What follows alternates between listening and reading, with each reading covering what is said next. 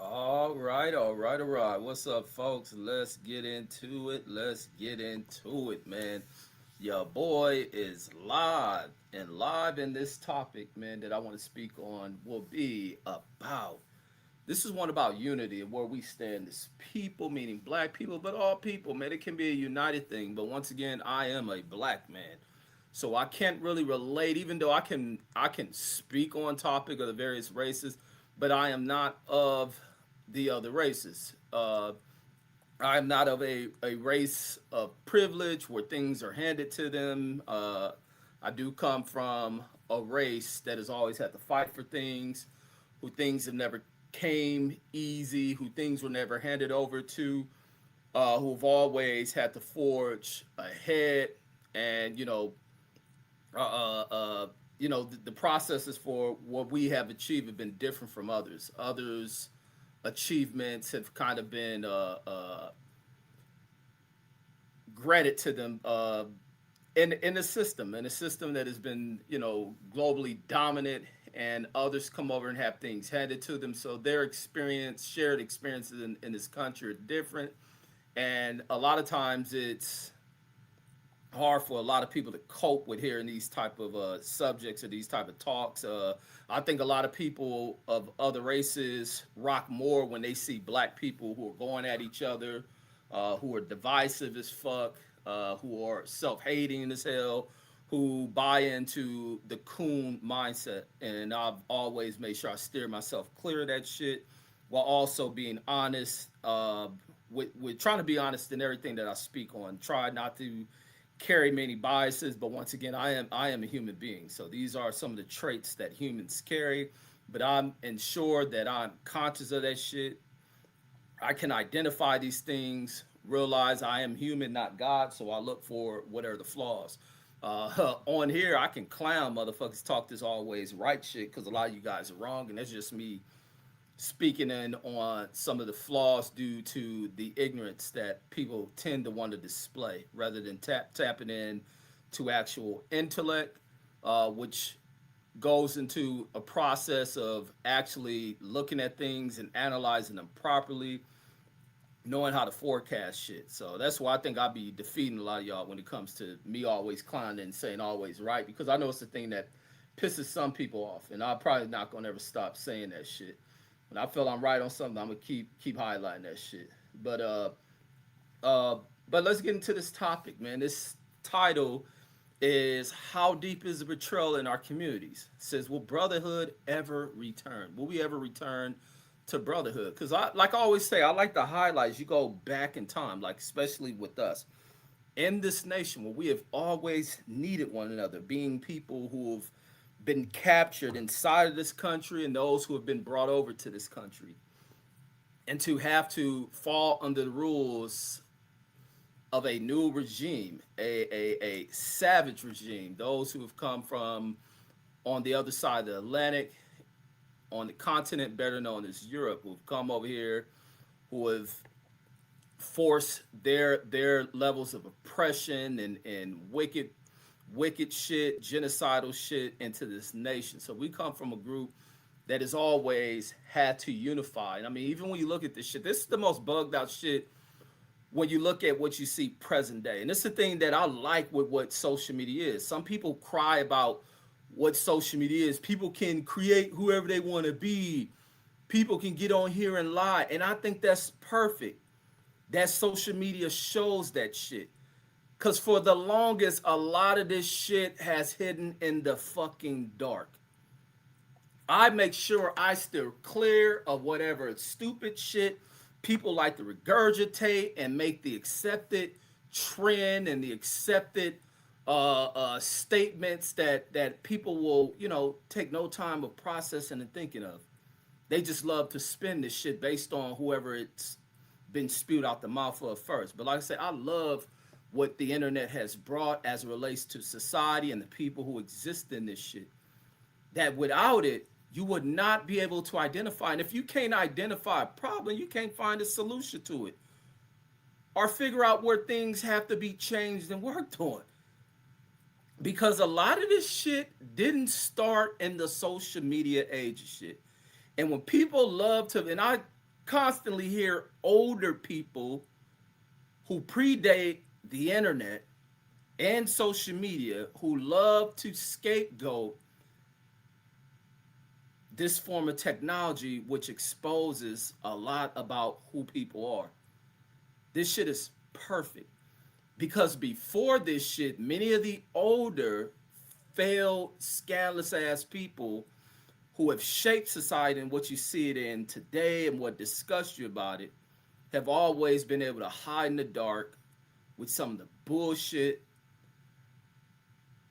that they failed to take ownership of, what they failed to realize of what they were doing and what was going to be out here. Now, we also got the factors of where people can insert the government involvement and all that other shit, but we're not doing none of that shit because we have to be wise in that shit because we come from other shit. Other than that, you just been weak, lost, and just running yourself out here. I don't rock with all that needing a scapegoat shit. We know what the story is, we know what the history is, and still got people constantly doing the same old fuck shit. Sylvester in the building, salute. But so when going at this shit and really looking at things of where we come from, but we look at present day of how we see so much of this shit about how people can turn on one another, turn their former friends, brothers, sisters over towards a system to buy themselves freedom while throwing other ones away for being in the same shit that they got caught in that others didn't. That it's so easy to shoot motherfuckers down in these streets, so easy to set each other up, so easy to wreck the lives of others by poisoning friends, their own family with drugs. It's people who sell dope to their own fucking relatives, they aunts and uncles, mothers and fathers and shit. Of how lost we have gotten. What else is it? How easy it is for us to finesse one another, to get over with, to give it over on each other, and then we go into our involvement in our so-called black love situations of how easy it is to cheat on each other, how easy it is for people to throw another person's baby on people, how easy it is for a friend to sneak in on their other friend's girl, or even a brother to sneak in on his brother's girl, shit like that. And then how easy it is for us to run and get cases brought up on each other, to put each other in harm. And that ain't where we come from. We come from where we always had to depend on one another. And even as we look at our current states of where we exist in, like we like to clown here talking about we West Coast blacks, we Southern blacks, we East Coast black, Midwesterns black. But when you look at that, there's history behind that shit. Of why do we spread throughout this nation? When a lot of our history exists on the eastern shores of this nation and as well as the South, but you begin to hear about us seeking other opportunities. Even during slavery, we seek opportunities of breaking away from the bondage of this bullshit and the seeking opportunities of being able to be free, to be able to be given a chance, and as people are raising families, to give their children an opportunity. Give them a fucking chance before the rules get rewritten, because that's always the thing that happens, is the rules get rewritten. And we also see rules being rewritten because we all see the same struggles with the Indiana shit. I think Asian Math was one of the first ones to bring that shit up in here. Now I've been seeing more and more about the fact those people are still without power out there in Gary, Indiana, a city that I've highlighted for the many years I've been on here. Because Gary, Indiana is one of the craziest American cities you will ever fucking see. And you can't blame no foreigner for the way Gary looks. You can't blame no foreign enemy or foreign threat for the struggles in Gary, Indiana. You can only blame the white institutions here of America who are the threats to this motherfucker. Why Gary has struggled for what it has come through, and it's the home of the Jacksons and shit. What it has gone through based on the bigotry of the American political fucking enemies who deliberately do that type of shit, who creates that type of destruction. But like going back into this shit, what I'm talking about how we migrate out of shit, and we move together, we move as units, we move as people. We ain't turn on each other, we ain't at each other's necks, we ain't killing each other in the streets. I mean, there's deaths and murders and shit, But it wasn't none of this gang lifestyle. Back in the way back in the days, if there's going to be anything related to us doing harm to each other, it's going to be based on some domestic shit. Relating to some man cheating with your fucking lady, you catch your lady doing shit. You have that type of shit. It's more of the sucker side of shit that, will pit black men against black men and black men against black woman against other black women. Will be based on that shit. So much of the jealousy shit hadn't crept in yet. But once we start moving into these cities and become more separated with each other, more individualized, that's where people get into where they speak wrongly, and it's a falsehood to speak about how integration ruined black folks. And it's not the fact of integration ruined us. It's about what began to happen once people begin to find themselves becoming more economically independent and shit. Is where people don't know how to handle money. We see the way in which people can go from being poor and then they become, braggadocious, loud, they shine, and they shit on others as they begin to climb the economic ladder. So that's what begins to happen is we become separate and more individualistic than a motherfucker and not so much of people that can rely on one another, people who looked out for each other, people begin to turn away opportunity and putting other people on. We begin to lose sight of that shit. As we, like I say, when we want to move out the South, even though before this shit, before the Jim Crow era, this is still during the slavery times. Man, it's freedom up here in the North. We can get up out of here. Here's our passage. It's the way we're gonna sneak up out of here. We sneak in uh, uh, uh, the dark of night, and boom, we'll have these passageways. We'll go stay at this home, live on this farm at night. Blah blah blah. Wait for nightfall, sun break. You sleep it off. Woo woo woo. This is the way we're gonna find our way to escaping up north, and you'll have people to put that together, keeping families together. Like we united. We didn't turn. We had the coon shit where people would tell on folks to their fucking plantation owners and shit and will snitch on each other, but we stuck to fucking together. We looked out for each other. This is a job opportunity over here. Man, these people paying this. There's this project, and we move as a fucking unit. We didn't turn on each other. We didn't kill each other in the streets. We didn't gang on one another like that. Then when it came time to expand out west, when a group ahead out there find opportunities, find housing, begin to find their way up, look out for other people, give reference into the companies to bring their cousins, friends, a neighbor down the street over, and everybody stuck together. But then we had to, like I said, when we expand into these cities and begin to find things, and this blame falls on the adults to where we lose sight of that shit of where we come from. As time moves on and things begin to improve, we don't know how to deal with the improvement. We get fake, and goes into as a later term in the vocabulary of describing fake motherfuckers. We talk about being Hollywood and shit. As people begin to become Hollywood, and they no longer stick together, they no longer want to do anything with people. But some people burn them bridges as well. So I can't blame always the people who act Hollywood, because there's been behaviors that have made people found themselves going up to kind of shut themselves away from others. So I can't totally blame those type of people. But we still didn't have it to where we killed each other in the streets, where we were wires on each other. We run the law enforcement to tell on one another. We cut deals with law enforcement. I don't believe we did that shit. There probably been always snake ass people that have always existed. I'm pretty sure of that, but we made sure we looked out for each other. We definitely made sure we looked out for each other. We're a strong unit. But now it becomes, as time moves on, this individualistic behavior begin to show chinks in the armor, and chinks in unity and shit, to where now you deal on the other side of political bigots who also wield power within society, who can now come in here and infiltrate this shit and begin to set plays of putting you into a huge fucking trick bag. And therefore, they create these new economic opportunities where black people depend upon hustle. We ain't always able to depend upon corporations to they can provide us the jobs, but a lot of times we remain stagnant within these companies that we tend to work for, and therefore we turn to our other skills, and that's hustle. Black people always been able to find it through hustle. Have always had many trades, many other skills, which provides many sources of income. Multiple streams of fucking income is what black people have always had due to their ability to hustle.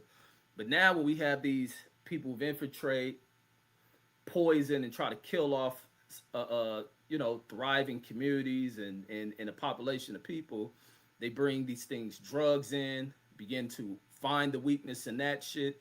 People want to be individualistic. People wanting to hold all as much money to themselves, and then now they create factions, which factions begin to go at each other, and they become ruthless. Who used to be my brother, used to be my friend, is no longer that. I view this motherfucker as an enemy, as a threat, and I must knock his fucking head off. Now, when I'm caught for doing this shit, I'll rat on everybody else to buy myself some fucking freedom. So, with that being said, it's like, how far have we gone to where we have betrayed each other so much to where how do we fucking bring that shit back to where now we have been divided on so many stupid ass levels. We divided over colors of fucking rags. We divided over what section of a poor ass area of a wealthy ass city you live in, what block you on. And this is just based on where your fucking grandparents, our parents have been able to afford and brought a fucking home in a community they love. That people have taken this shit of what people brought out of love and they're hating each other. That's the illest fucking shit. And then the more and more you look at our interviews and documentary here on these platforms, it shows you nothing but the deep levels of betrayal that motherfuckers have. And even with Keefe shit, as they leak out so much, because we've always heard the stories about this person being found as being confidential informant, this person ratting on that person, getting this person in trouble. This case here, and who would have thought that the fucking pot case will reveal so much of the secret tales of what goes on behind the scenes when people are looking to turn on one another, to becoming rats, turncoats, whatever the fuck you label it, is just the craziest of shit. In my mind, and the way I look at this shit, and the way I look at, because like I say, I always view, and I still to this day look at the beauty of black folks. That's why it's hard for me to look at some like older shit, when they like going back in time, because I always like looking at older shit from like the 60s and 70s, and it's showing black folks in a more peaceful fucking time. That shit, and people who know me, I ain't no person that cry about shit. That shit bring tears to my fucking eyes. It'd be actually hard for me to watch a lot of that shit because it shows us in such a beautiful fucking state. And those are people who are dealing with more of a white bigoted ass system that targeted and push hard to destroy them. Even when we look at our revolutionary groups, the Panthers and all this shit, young movements, of how these movements are directly targeted by a system. That's why, oh man, I can go on and on. I can run this string 24 hours straight, but I want to shorten it so I'm not on here too long and can go into the chat. But the fact of when looking at this shit and look at where we come from and the way in which we were depicted to where now everything about us is so fucking nasty. And now we here to be entertained. We go on the platforms of white folks who only here for seeking the information of maybe they run it back to really see kind of the this will be the case note is what a lot of the interviews and what the platforms is that a lot of black folks run to. And maybe some of the white folks structure their platforms a little better that makes some black folks go to them. But there are some good structured black platforms that I think people from out of the society have to go to. But because of the fact there's a lack of trust and because people betray so much, they prefer going to white platforms, the Adam 22s, the Vlads and shit, to tell their stories of betrayal. All this shit ends in monetary betrayal. People want to control everything. People putting out orders to knock each other off. The numbers of murder and death, like death that death and murder, same thing, but you get the fuck I'm saying. That people have ordered and put out here, none of that shit has ever made sense. None of it's been righteous. None of it has been of a worthy cause. None of it has brought an end to anything. It has only brought pain.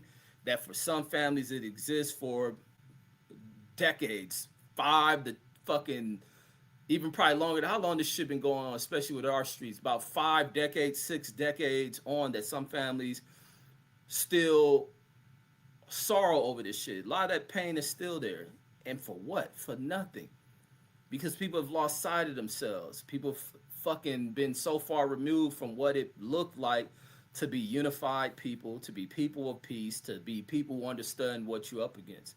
And the fact that when you look at people who even turn towards the street lifestyles, that some for some people the streets is what you need as far as finding the opportunity to being able to create economics for yourself. But to turn this shit into battlefields and ways of fucking divide, because you ain't conquering shit. The people go in there and they conquer you. They use you to divide amongst each other, create hate, conquer your motherfucking ass, and now throw you into a system to now you realize you need this motherfucker. And then they hear people prison stories about how they have to unify with their people and become brothers once again to deal with other fucking groups who carry on such deep levels of hatred, who buy into the white system and white ideologies of suit wearing whites who don't even battle in any of this shit.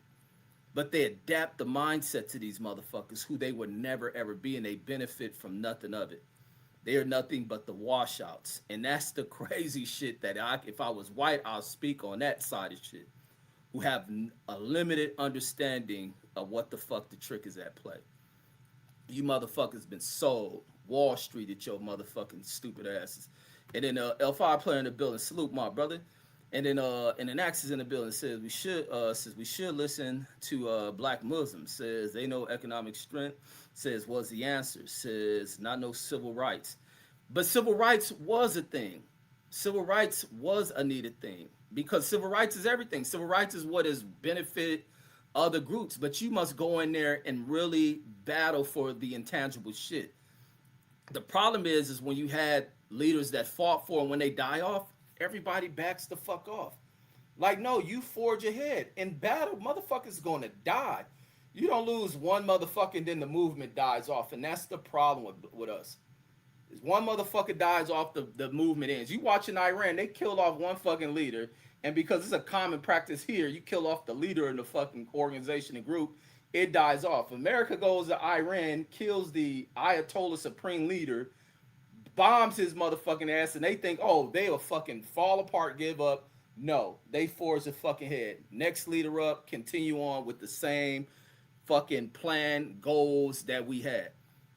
Civil rights is everything. Civil rights is not to be a thing to be shitted on because inside of a racist fucking society, a country built upon slave labor, a country that still exists in a slave system that we call to where they pay you now, the labor force and all that other shit, where wealth is controlled by, in population percentage, 1% of a population group at a higher fucking tax bracket has an accumulated wealth greater than all 99%. I don't know how true those numbers are, but that shit probably is very fucking true. It's ridiculous. And then they can create huge amounts of debt within this country and pay nothing back into it to alleviating the fucking burden of fucking national debt in this motherfucker. And then actually hopefully you do more southern immigration videos. Says he says red, says it's KG, says by the way. What's up? Salute, bro, salute. But yeah, no, I'll keep doing all this time because these are my subjects that I like to cover. Especially since I'm not always doing sports, I like to cover a lot of this shit, social related shit. I tie it in because when things are happening socially, like I pay more attention to social shit. I'm more socially conscious about shit than a lot of this other stuff. And especially with the thing going on with the Keefe D shit, but not so much him because I think he should be convicted. And I hope he's convicted because of this old motherfucker. And it's the only thing about with Keefe. I ain't with the mindset of the old motherfuckers and who involve themselves in the street culture. I don't want to see you going to jail. I don't take the stand, man. Fuck all that shit. Because I understand why y'all don't. Because y'all have snaked one another so much, have fucked over relationships, have created this turmoil, but also being that Maybe you can use that they were targets and they were victims in this shit as well. But no, some of them were full on participants, and some of it because their hearts have been drained of fucking love. Maybe they went through abuse in their homes and shit like that. That no, some people need to be, and this is a safer route for Keefe D to face his incarceration, or if his conviction goes, and if he ain't convicted, he goes off free. He'll get back on these platforms and begin to really talk his shit about the night they killed Tupac and what he saw. That's how much of a dark-sided motherfucking person this dude is where his heart is dead. That black don't mean shit to this motherfucker.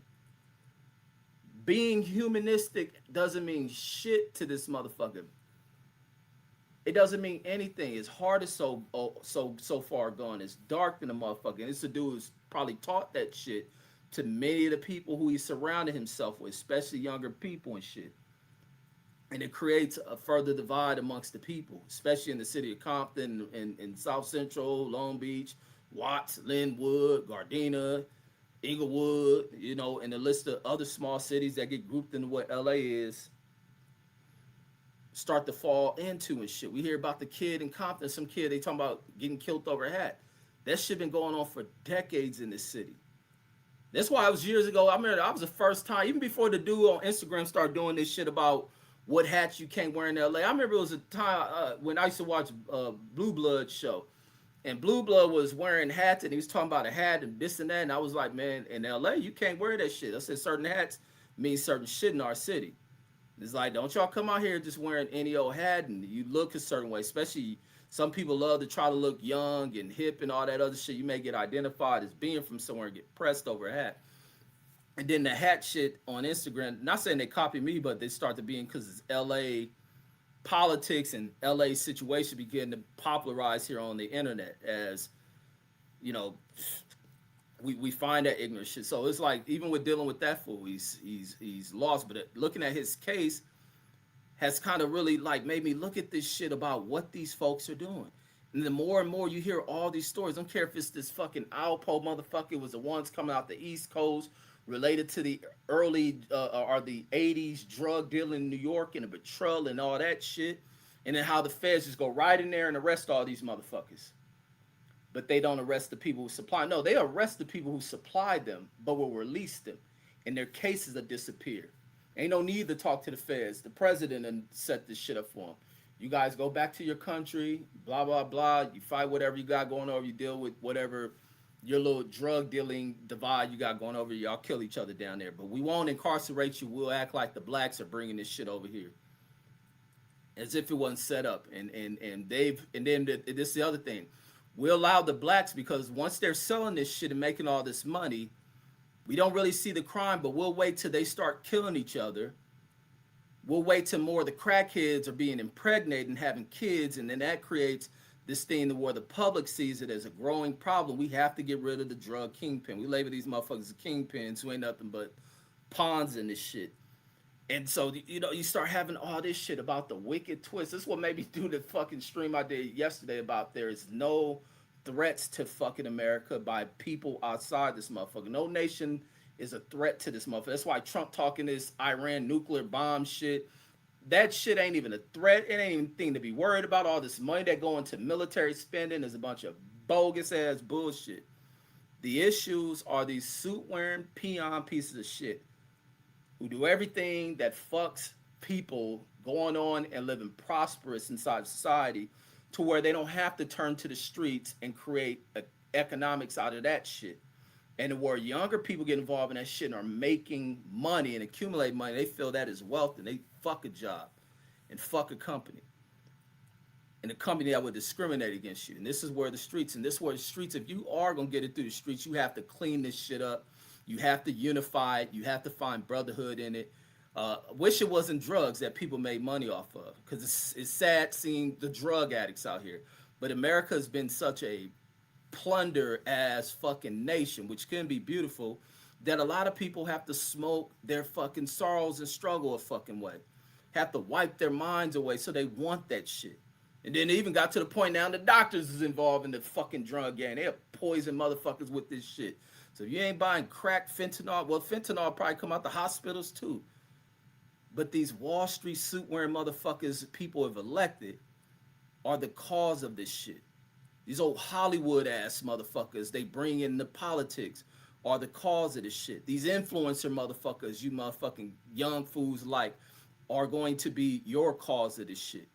Y'all better watch this shit.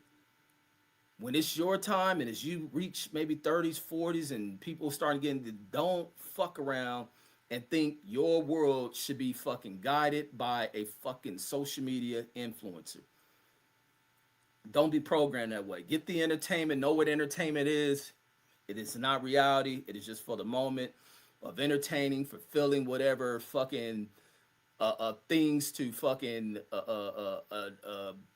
that the brain seeks. I don't know what they call it, shit, endorphins and whatever the bullshit terminology medically that they go what the brain seeks and what it releases in the brain that gives its brain the sensations of thrill, happiness, sorrow, pain, whatever the fuck it is. And then let me read that comment again. It says, hopefully you do more southern migration videos. Absolutely. Because I think it's deep to cover that type of shit. When you to cover American history, not to listen to no peon, envious, jealous, newly arrived, Europeanized American immigrant that hates to hear true American history, which involves blacks' history in this motherfucker. And I wish there was more Native people to speak about their history and struggles and oppressions and genocides in this motherfucker, like how we have. Like, man, can't no one listen to no foreign. This country has become too foreignized to where a lot of people don't speak their stories and know this history. I would never listen to a fucking person of newly arrived descendants to speak about what America is and they don't know shit. Yeah, dope for me. Thanks, Picasso. And then Axis says, it says majority of blacks who moved north were predominantly poor blacks, basically fleeing south, who couldn't read or write. Says a city shouldn't have 10,000 people living in projects with no access to grow. Absolutely. And Chicago was known for that shit. Chicago didn't want to deal with the new arriving of blacks, but guess what? Their industries needed that shit. Blacks worked their fucking ass off. Blacks help the South to fucking thrive. Now, when they got to pay you shit, it's all good and dandy. But now when we start to make money, who they bring? They find other little low cost and labor. This is how fucked up America is. And it goes back to me speaking like a true ass America to speak about the issues with America and the way Americans structured by the formatting of the system and shit. So the South thrives when black labor is all in that motherfucker. Agriculture, everything grown in that shit that is harvested and picked and fucking processed by black folks. The South fucking thrived in that shit.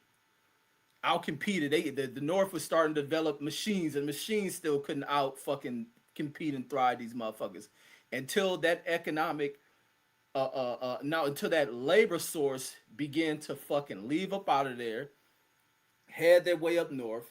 The North's economy began to fucking start to thrive and shit.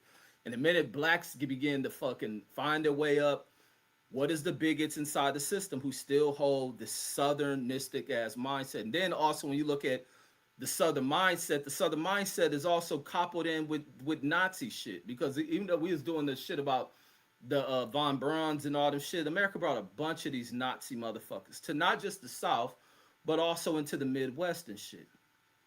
So we group with that shit. That now when it comes time to want to pay motherfuckers, they bring in cheaper. Europeans ain't gonna never come in here and do cheap labor. The Europeans come in here, go on the entry level and be with their white American counterparts, and then they'll remove their white American counterparts. But they'll begin to bring in labor from the southern part of this nation, from out of Mexico, El Salvador, all that other shit. Because those people work their asses off as well, work very hard, but pay them cheap as fuck. And then when they don't do that, where it ain't something that you can pick and do by hand here, they will also start sending these jobs over to poor ass countries to manufacture and build that shit, so they don't gotta pay people, and then expect you to buy that shit as it come back over here. Is crazy as fuck. It's crazy as fuck. And then we got all these weak ass politicians who don't look at this shit. There are a number of politicians like I like the ones I like AOC, all the ones that degenerate, retarded, backwards ass niggas who don't know politics love to bash. Like the AOC, that mayor out of New York, salute to New York for electing them and Donnie motherfucker. You don't give a fuck what little chump ass people like Vance and Hegseg and Trump got to say about the dude. Dude is revolutionary than a motherfucker. Who's more American than all these old wasteful ass pieces of shit who are so un-American. They spew out dumbass terminology like patriotism and all this other shit. They ain't got a patriotic bone within them, and they ain't even patriots to fucking Europe. And then continue on. Then Axel says that's when MLK realized the civil rights promises of better housing and education says were never going to happen. Says America didn't care about your struggles. Said they just wanted blacks to stop complaining. Well, no, the civil rights was effective, bro. I can never knock that shit. But when it start to include others and then people look for the loopholes, because it's the other thing, is being able to close loopholes that these racist motherfuckers begin to be like, okay, we're gonna flip it over here. Okay, this white woman is a minority, this and that, and it helped others.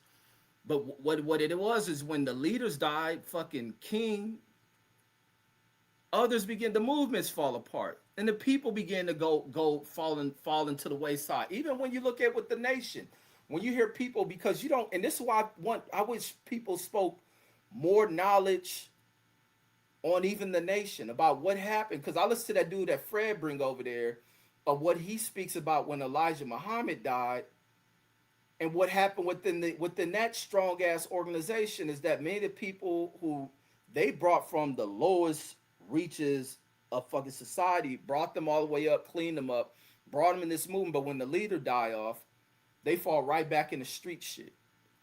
They go right back into that lifestyle, being they weren't fully with what they taught when they had a leader to guide them, and then people die off for that shit. Civil rights movement is more than what you realize, bro. Even the communities we live in has the civil rights movement. Without that, we'd be living poor and fucked up still.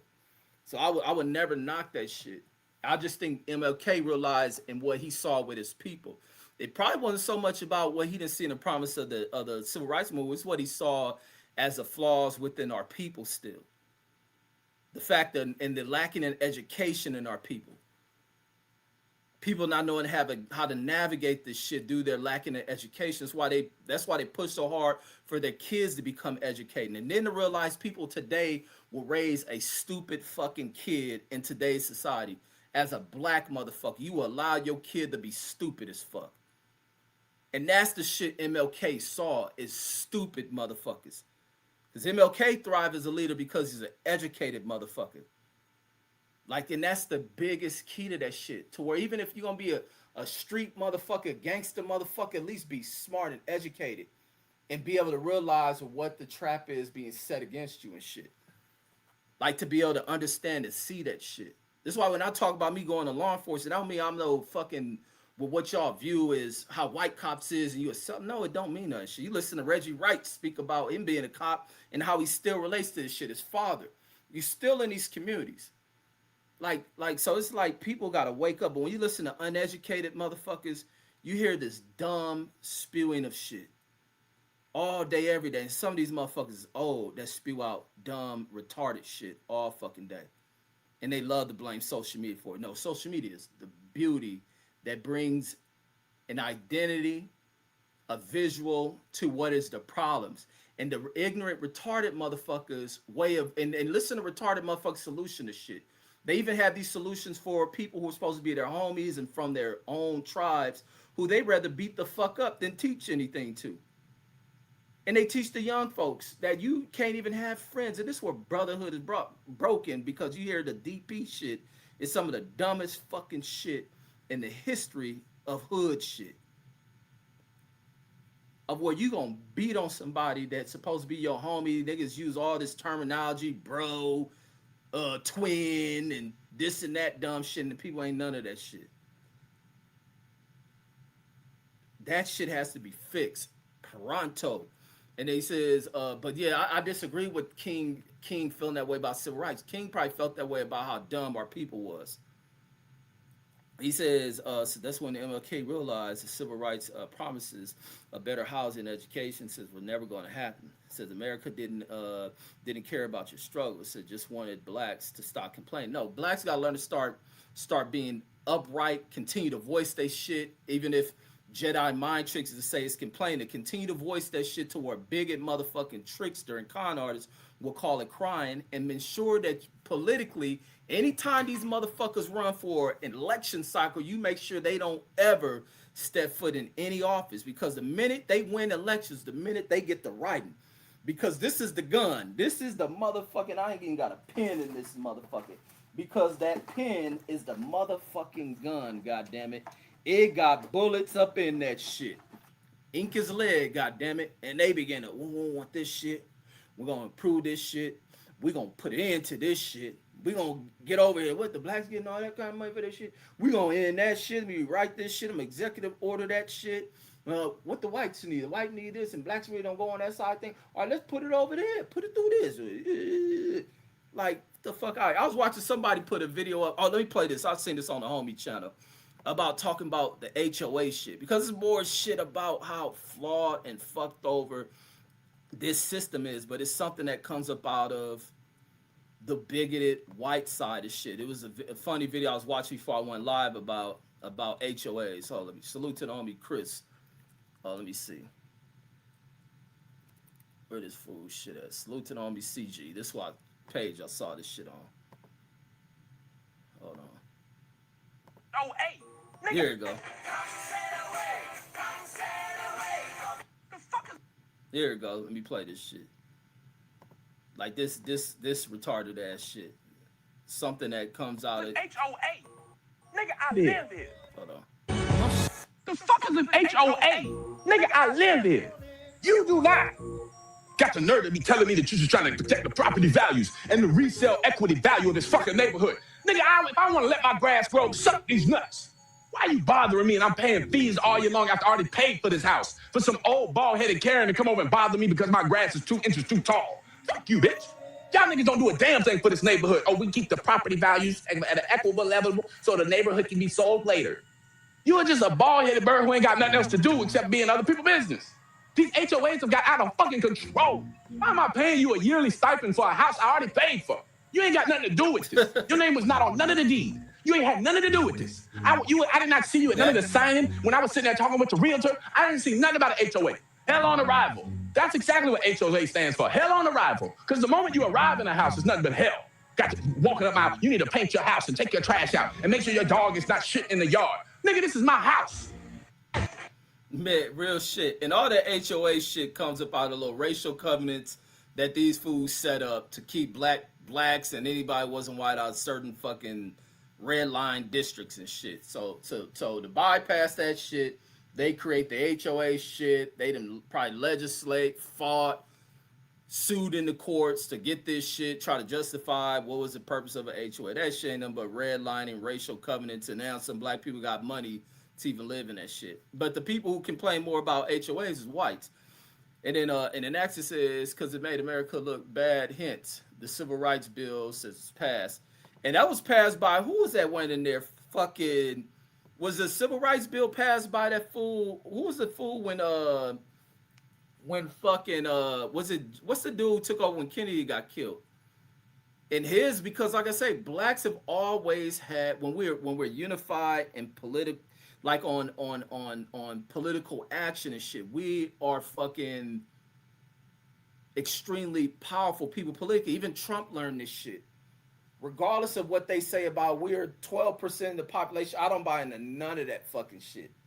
And the thing is of not telling you of how large you are as a population. Now, our population percentage dwindles because they allow this nation to be flooded by Europeans and by other Latinos who also group themselves as European and Indians and shit, who assimilate and label themselves as that, is that we begin to dwindle on the account of immigration and groups who classify themselves as Caucasian or whatever it is in the census and shit. But our numbers are way higher than what they talk. And I don't mean like black people of African descent, because we got Haitians, Jamaicans, Cubans and other African groups who are here as well, but don't really so much count into what our group and their population is immigrant based ain't as large as what you see with Europeans and South Americans and Mexicans and shit. You don't find them numbers. Even the Asian population is exploded in this damn country and shit. So we don't have that, but our influence in this country and even more people recognize that shit. And they also recognize of how powerful, even with black influence in this country, they realize how powerful of a force black people would be if black people got unified. Now, to be unified don't mean a black motherfucker is the leader and telling you what the fuck to do, how you got to dress, how you got to talk, how you got to walk, how you got to think.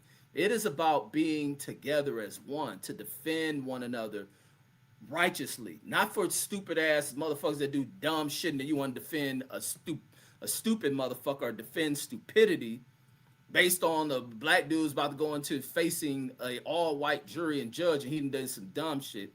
But when you see one another, you don't view that person as the threat who you must eliminate, who you need to one shot, one kill on and shit. None of that shit. People have the ability to go anywhere within the black community. And that motherfucker's behavior within the community needs to be one of respect. One in where his behavior is a certain way. And that shows you how deep the coon shit is amongst street motherfuckers. That they will never, these same motherfuckers who can go into other neighborhoods that are deemed enemy territories and go seeking to harm motherfuckers, never go into a white community seeking to harm their motherfucker. They are pleasant. They are respectable people. They have manners. They know how to behave. But the minute they look in that mirror, which is just being in the community with other black people, they going on some fucking vicious territorial shit like they're a cat or some shit. Like, you know, not the other side. People love cats. Cats are territorial as fuck.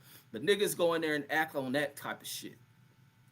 But motherfuckers got to learn how to move around each other, go in the community, greet your brother, greet a sister, maybe go over to get some from the sister, be pleasant.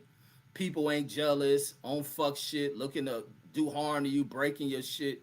We need to learn how to let each other move the way it used to be. And that's how we thrive. Economically, we shit on ourselves. We set each other's back.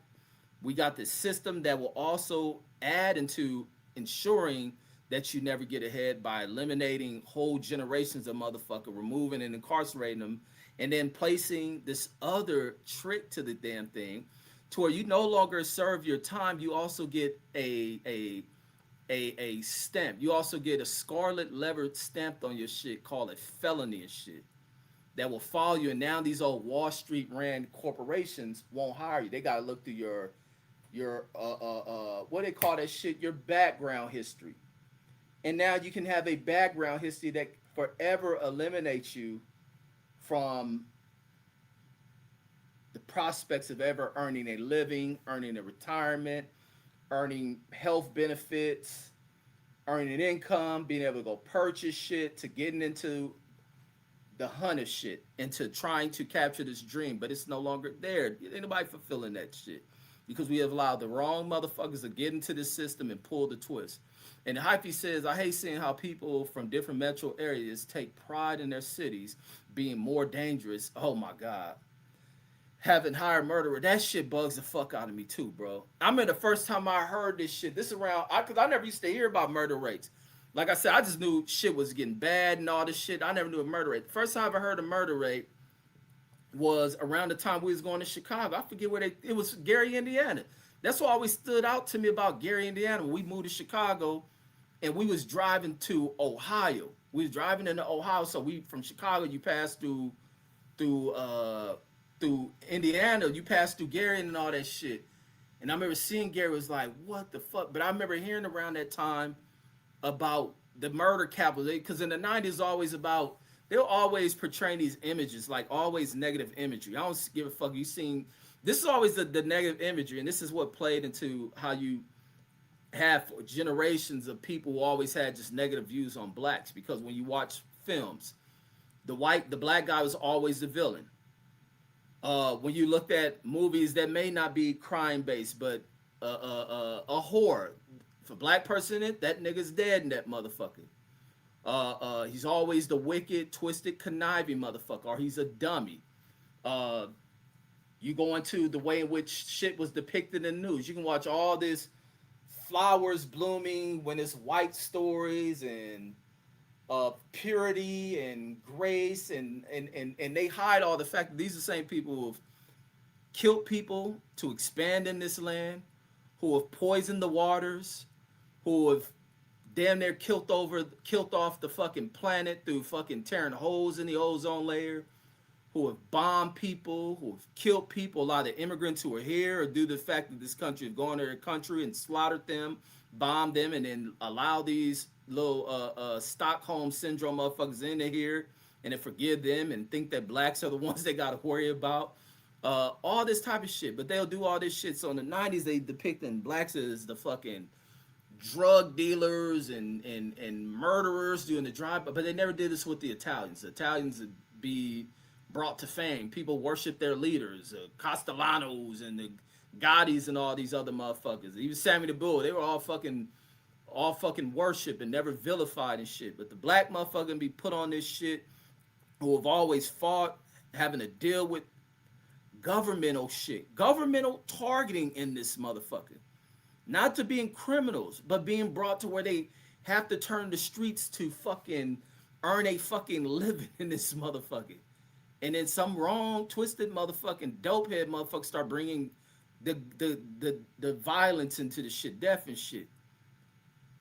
But then, like I say, they'll highlight this shit with the murders, drug dealing. This is all blacks are being viewed at on television by the white media groups, the propaganda machine and shit. All you'll see is, especially when the crack shit came, the drug raids, the crack babies, and they make it like the police are at war with these motherfuckers and trying to clean up your streets. These whites who watching this shit don't live nowhere around none of these black motherfuckers, and they'll probably look at TV. That was our old neighborhood. We certainly made the right move there, Becky. I just knew to get up out of here before the blacks ravaged this shit and just tore it down, tore it apart. Reagan and them busted in the Iran-Contra scandal. Oh, yeah, turn the TV, honey. We ain't watching this.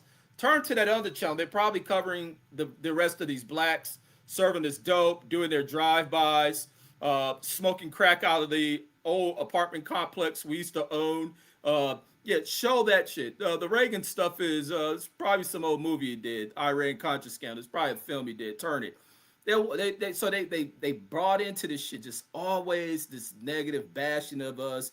We're the creators of these problems. All this little COINTEL covert bullshit going on that these governmental motherfuckers doing, which you also seen with Keefe D and about how the government works to set these retarded motherfuckers up, and then they talk, they too loud, they money coming in, they individualize, like motherfuckers just don't know how to handle shit, stay low key about shit, not realizing what the setup can be. But so that was always the thing. So going to this murder rate shit, I didn't hear when we was going out there, there was always this highlight of the murder rate.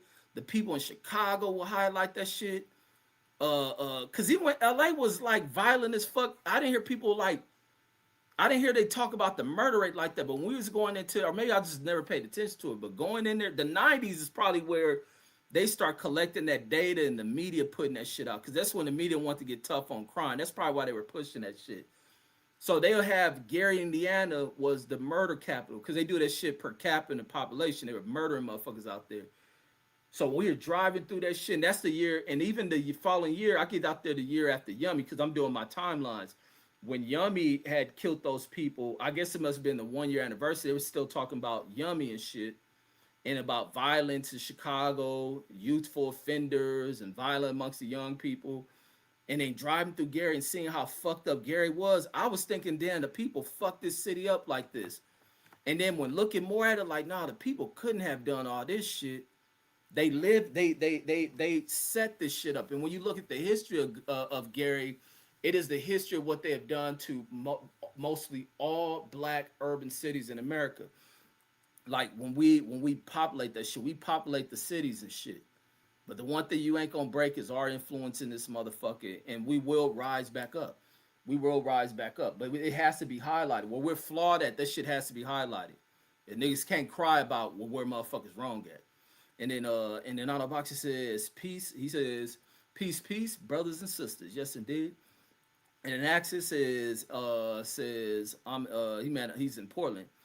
Says I'm Portland. Says but generation says I'm Portland. Says but generation X says cats like KVD are basically dudes.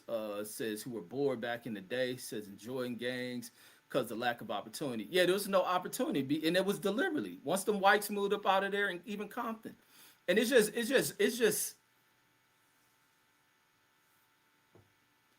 I about to say, mine ain't by. It's disgusting when you look at what our failed, sorry ass white politicians have done as they play race games inside this fucking country.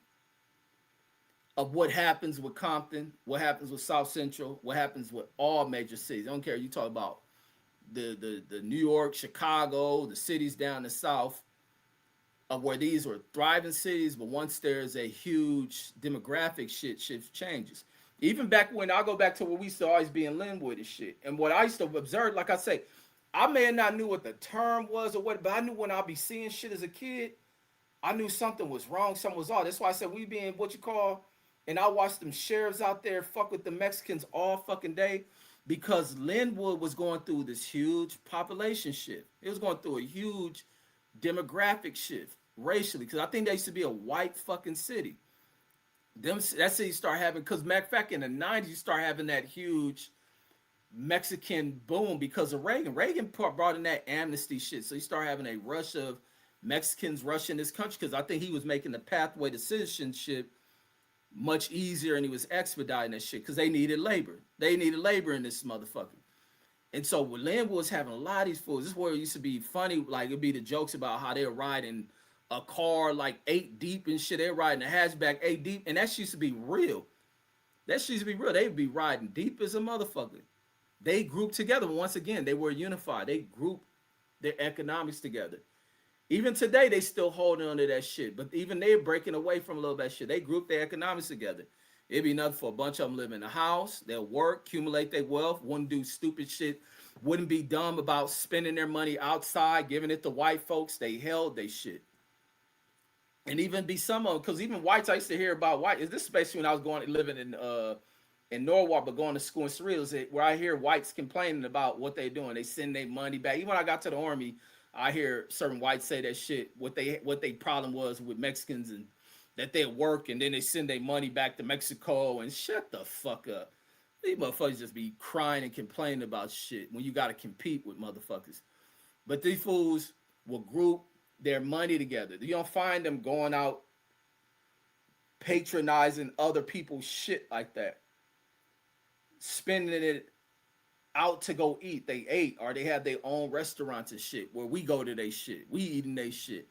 To be honest, blacks established a lot of fucking with Mexican food culture in this motherfucker. Even the Asians and shit, we established they shit. And I wouldn't say for the Italians and shit. The Italians kind of had their own shit. A bunch of them flooding this motherfucker. Even when I look at the Titanic show with how America just opened the door and passes for Europeans. Because even with the Titanic shit and all those steamer big ass cruise ships that constantly left the voyages from fucking out of Britain or where the fuck them ships originated into New York constantly. Those ships weren't filled with cruise passengers. Those weren't just passengers like how people go on a 7-day cruise or cruise the Caribbean. That shit was the new, outside of it being a slave, transatlantic slave trade, that shit was the free trip from out of Europe into America, which was new Europe, to just come over here and thrive and have a job when they get off them ships. That the biggest loss of life on that Titanic shit when you watch that shit was newly arriving Europeans who were of a poor class who wealthier whites look down upon. That's how deep the layers of their racism go. And this is even some modern shit. Even when people look at Justin Bieber was discriminated against too by white society based on his cultural appropriation and shit of being black. Same thing with the white football player Johnny Manziel. You see a lot with lot of whites and what they have to deal with culture when they're of a certain cultural influence in this motherfucker, that they become targets amongst the current white politically dominated view of how they want society to be. That when whites don't fall in, they either call them end lovers. That's a word that doesn't get used a lot. It shows how deep the shit and why people have to stand on. You must always be of a civil right type mindset. Not with the shit you see these niggas in these boxing groups try to act like they civil rights activists for fucking privileged ass fighters who ain't facing discrimination and shit. Not none of that shit. And then, but yeah, you're right about that KVD shit. And then actually says for blacks in the inner city. And Hyphy says green. What's a green hat? That's some because all that term with like the Jews and all that stuff. I don't be knowing all this shit because there's been groups I can get two fucks about. Says green hat says with an M on it. Says no. Says not you talking about I thought you was talking about the little hats. You talking about but who hat is green? Green hats with the M. Who hat is that? I'm not even sure who hat that is. And then Picasso says though the broader concept of civil rights dates back to America's founding. Said hell no, Picasso civil rights. Whites didn't deal in civil rights. Whites had freedoms and shit. That's bullshit. I don't know where you got that shit from. Through the broader concept of civil rights, the broader concept of civil rights dates back to America's founding and post-Civil War. Civil rights will only deal with blacks and probably will deal with people fighting abolitionists push for civil rights. There ain't never been a thing of civil rights for whites. Poor whites may have been asking for more. Maybe white women asked for the rights that their white husbands and shit had. That's the other crazy shit people don't look at about how even like this is a homosexual ass society is really what it points down to. A lot of homosexual shit that have come from the old white founders of the society. They didn't even give a fuck about their bitches and shit. I'ma give the rights to only the man. You bitches ain't shit. So they're the first goddamn death row artists and shit talking bitches ain't shit. So before Dre and Snoop started on that shit, these old white dudes, George Washington and Thomas Jefferson, all them was on that shit.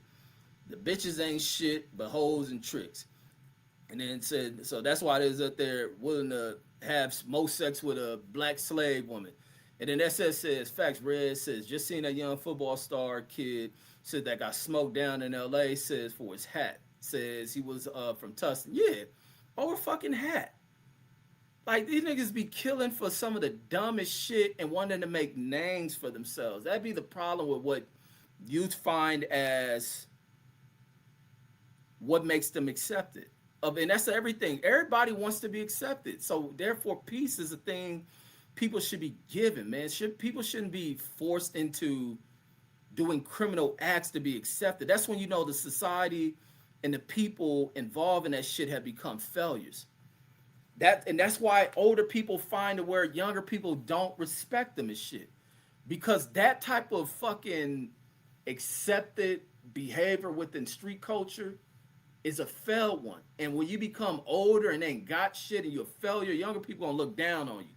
You ain't got shit to offer. Nobody want to hear what you gonna keep telling them and what they, youngster, you need to do it like this and do it that. They don't want to hear from your old poor ass.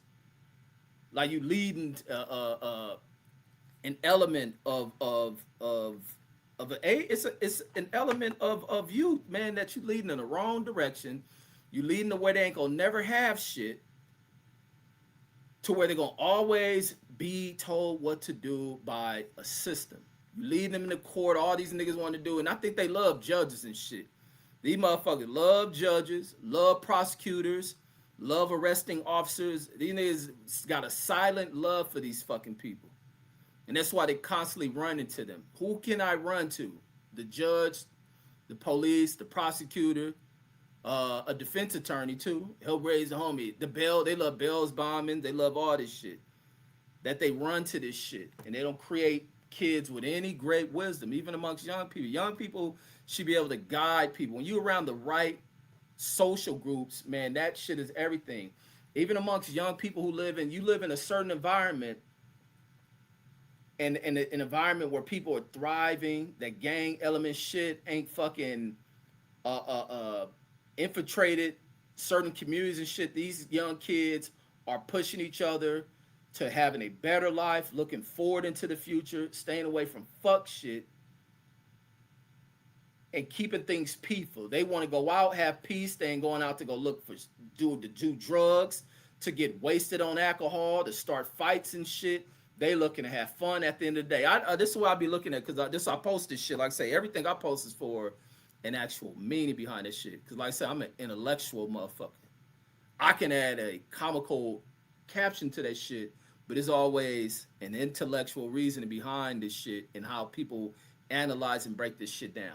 That when I show people fighting on nights when they're out to club have fun, it shows you the flawed behavior, the fucked up mindset of people that when they're out and they're fighting, beating on each other, of showing how twisted and fucked up people really are. That they don't even know how to have anything for themselves. They don't know how to go out and start a night and end the night in peace and have fun. That some people get so drunk, belligerent, want to start shit, want to fight, have to show off, and then they end up getting their asses embarrassed and their asses handed to them. Some of them don't make it back home that night. Sometimes those nights end up being the last night in their entire life. And now the families have to prepare for an event where everybody stands around and watch them get lowered into the ground because of their ignorance, or maybe the ignorance of somebody else that was out there that night. And then let me see where we at. I rushed that with SF. That a kid loses his life over some fuck shit. Be around some old fuck ass motherfucker that now telling him how to dress and shit. Like these niggas done turned to model agents and shit, telling you how to dress and shit. Oh, fashion runway directors and shit. That hat don't fit right. But now I must pop it off your head. And then Picasso says organized women's rights movement says beginning around 1848 says came before the major 20th century civil rights movement. But even for the white women's movement, there's still the abolishment of slavery and shit. And then actually says you're right. It says look at how they treat the opiate crisis compared to crack. Says every telling. Yeah, it is wild with that shit, because their kids are the ones fucking going off of that shit. But even during the crack epidemic, but because of the media ran this little ploy of now needing to go to war against the crack shit, which meant war on blacks, because the whites were the ones that brought that shit in. They didn't go after the war on the whites who brought that shit in there, because they've been having to take the damn president down. The nigga who fell off a horse, whose daughter was also a crackhead, and Reagan and shit. And his little sorry ass, dick sucking ass old wife, the bitch sitting there and run all this say no to drugs shit and dare and all that other shit. But they depicted it as a black thing because it was in our communities, as they targeted our communities and shit. But whites were strung out on that shit like a motherfucker. Even in New York, where they showing during what was New York getting hit with, like the heroin crisis and shit, and then they were freebasing in that motherfucker. And you have whites who come from like rich parts of Manhattan and Long Island that would come into the Bronx and Brooklyn, all that shit, getting high on that shit. In Chicago, in the projects, whites going into that shit to get high off that shit. DC, whites going in there. I'm pretty sure many of the drug dealers who ran a lot of weight and had they people who hit the streets and sold that shit probably tell you their best clients were probably somebody white who had a job, was a functional crackhead before they became full blown, losing their jobs and families over that shit. Whites were hooked on that shit. There's a lot of white crack babies. In fact, my brother was talking about the dude who was growing up like he was like our white brother David, the white dude I talk about when I tell the story where that nigga socked me in the eye. I'm down there flopping on the ground crying and shit. My brother, who I was talking to the other day, he was bringing up about Dave and shit. But Dave's mom was a crackhead. Like, that's how he ended up coming with us. She ended up losing until she had to clean herself up. But they hide that shit. And she started cleaning, like I say, nigga got stories. Nigga got history like a motherfucker. LA history. I'm a true South Central motherfucking dude. And, but yeah, so you have a lot of shit. Even I remember my relative, they can say, you know who I'm talking about? Even when that fool used to serve, you have a white dude used to come down from Orange County. Nigga, it's about an hour drive. And they would sit out there. I remember the first time I see this white dude in the car. I don't know if this nigga cop. I mean, like, man, who the fuck is you? Like, man, get the fuck up out there. This nigga parked in our driveway. He like, oh, I'm waiting for whoop, whoop, whoop, our relative and shit. I'm like, well, homie, you gotta get the fuck out the driveway. And then I remember calling him like, oh no, don't trip on him, Reg. Like, whoop, whoop.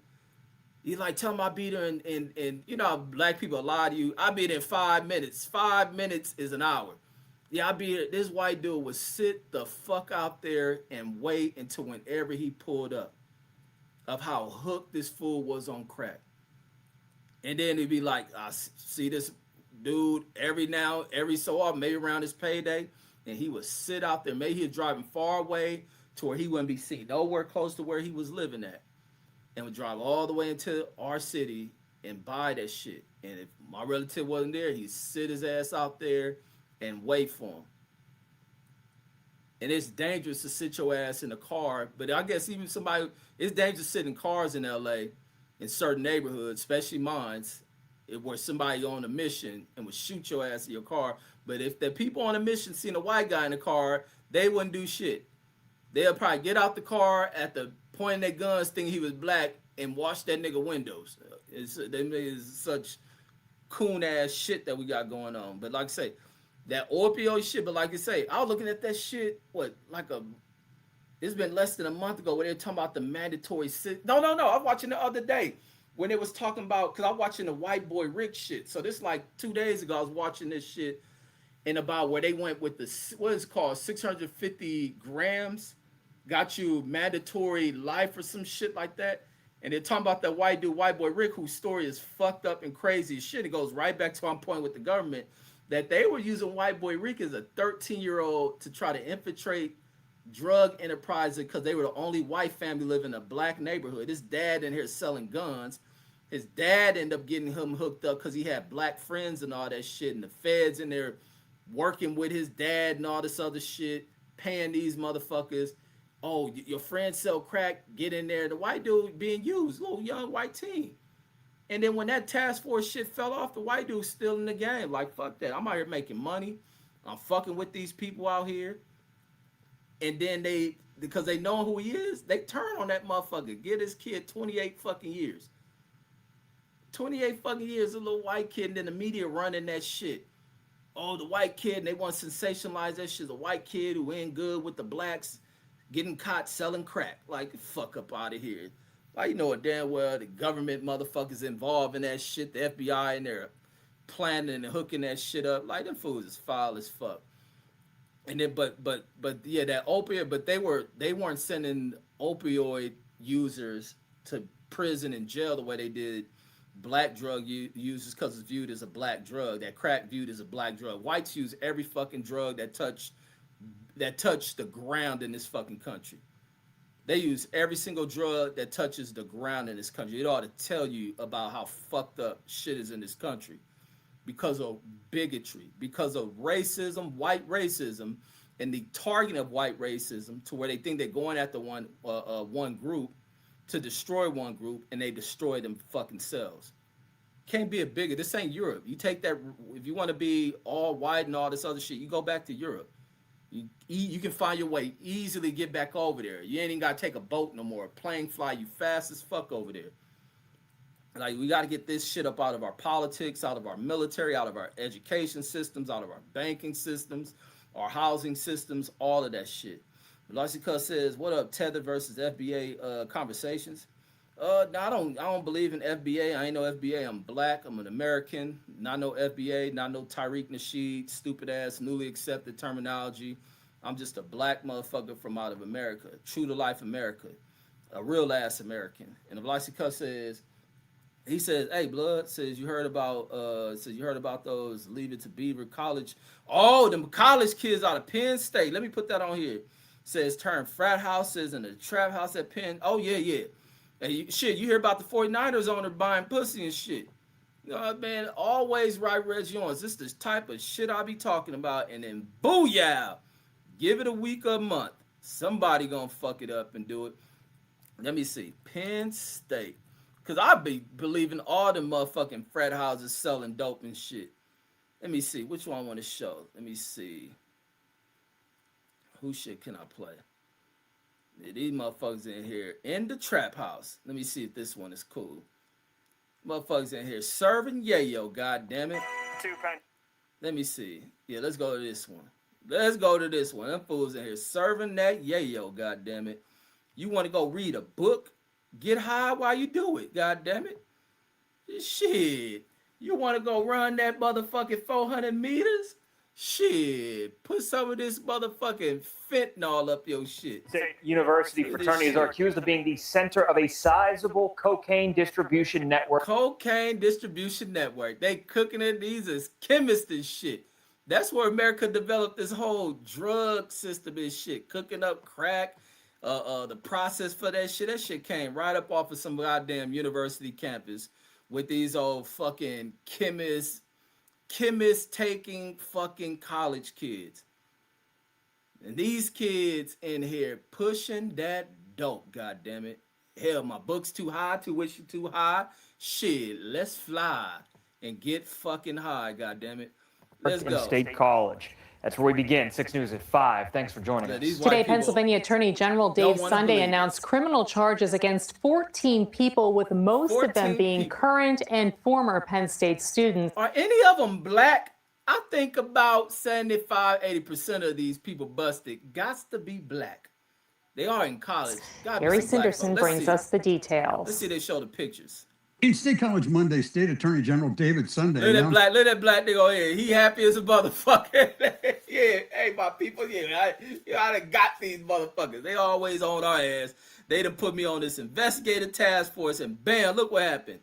We find the dope dealers they ain't never looked for right here in college, on a prestigious college campus, Penn State. And Penn State always got some fucked up shit going on. Penn State is the home, because they love to hide this shit. Penn State is the home of some pedophilic shit. Pedophilic shit with this old raggedy motherfucker that they be trying, and they love to write their history off. That's the other thing, where they love to hide shit. Fuck hiding history and writing people out of history. Penn State is the home. Hold on, let me pull this shit up. You probably, what's that old dude who was running the school when all that pedophilic shit was going on? What's his name? Joe, what's his old ass name? Yeah, Sandusky, but what's the coach? Let me go. Let's go to Sandusky for the people who don't pay attention to shit and probably too young to remember that shit. What was his name? Joe Paterno, the coach, what's his name? Yeah, Joe Paterno. There you go. I might type his old ass name in here. And then let me put Sandusky. Let me put Joe Paterno. Because they be trying to write Joe Paterno off like he ain't never existed.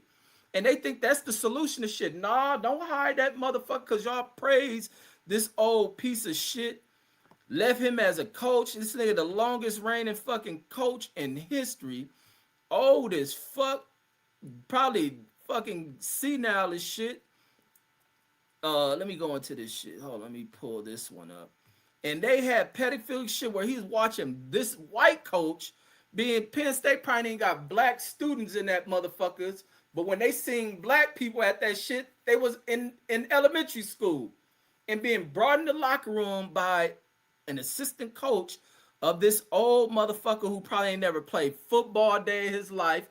If he played football, it was with slow ass people from out of his neighborhood, iron working motherfuckers, and they gave him a coaching job that lasted, how long this nigga coach? Let me see this shit.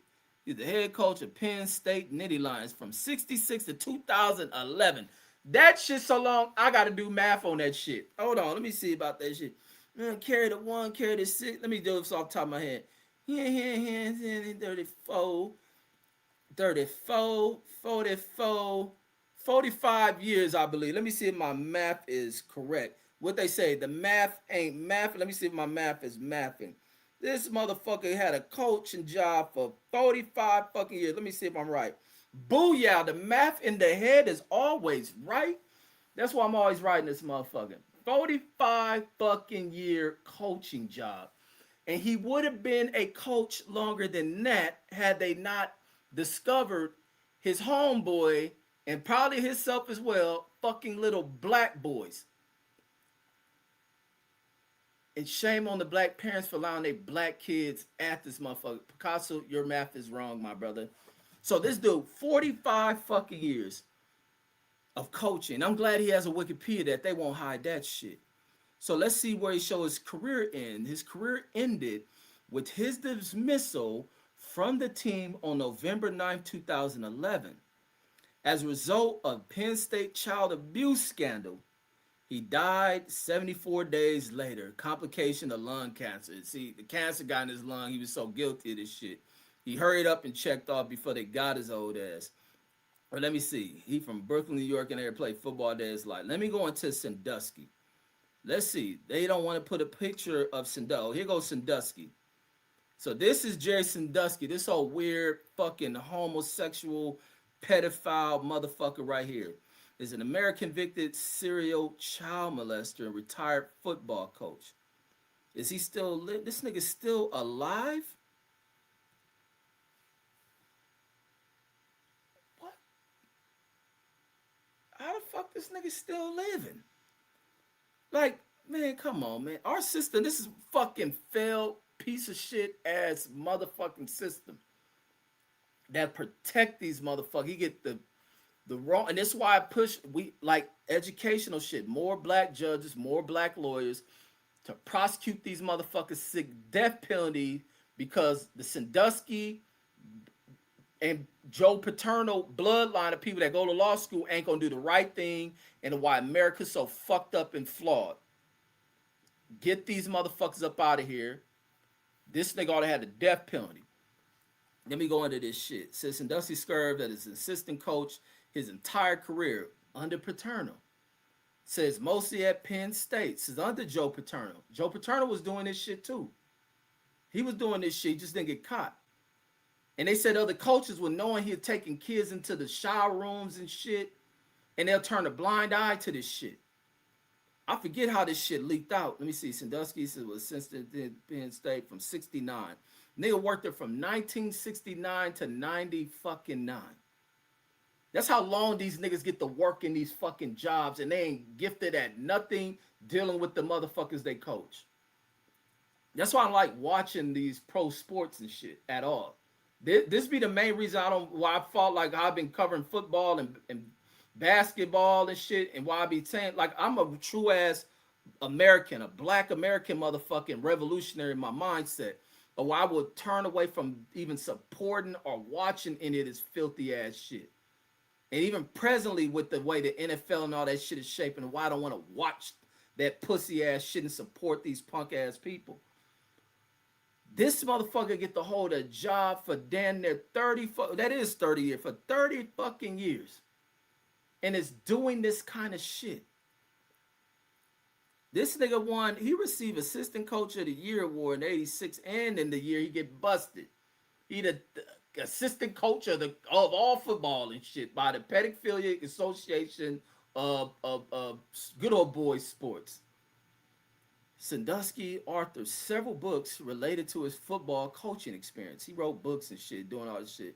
In 77, Sandusky founded the Second Mile. It's a nonprofit charity serving Pennsylvania's underprivileged, at-risk youth, being these kids just have a mama in the house. And these sorry bitches will let their kids go to do shit with white families. Listen, son, daughter, I'm going to let you go live with the white man and white family and show you how it's supposed to be and why your daddy ain't shit. Go live with them, and then a kid come down years later, these fools in here fucking the kids, doing all type of weird ass shit. You even had where that white teacher in LA Unified was giving kids cookies or brownies that he put semen in and shit, because he felt he can do that shit to these kids because they're raised by single, low-income ass mothers and shit. That they were allowing. Then you even hear about kids who be going off in the summer, going to white families and shit because the black family ain't shit. They were doing stupid shit like that. It reminds me of how Enterprise Rent-A-Car was doing that little idiotic, bigoted ass racial shit that they thought was good. It's similar to these type of programs, to where they ran some shit called the minority event over at Enterprise Rent-A-Car that stupid black ass workers will go to thinking they'll be promotable or seek other greater opportunities by going to the minority event and being seen by management. And then they come back the next day crying like I knew they would. But back to, so he ran this under privileged charity for at-risk youth.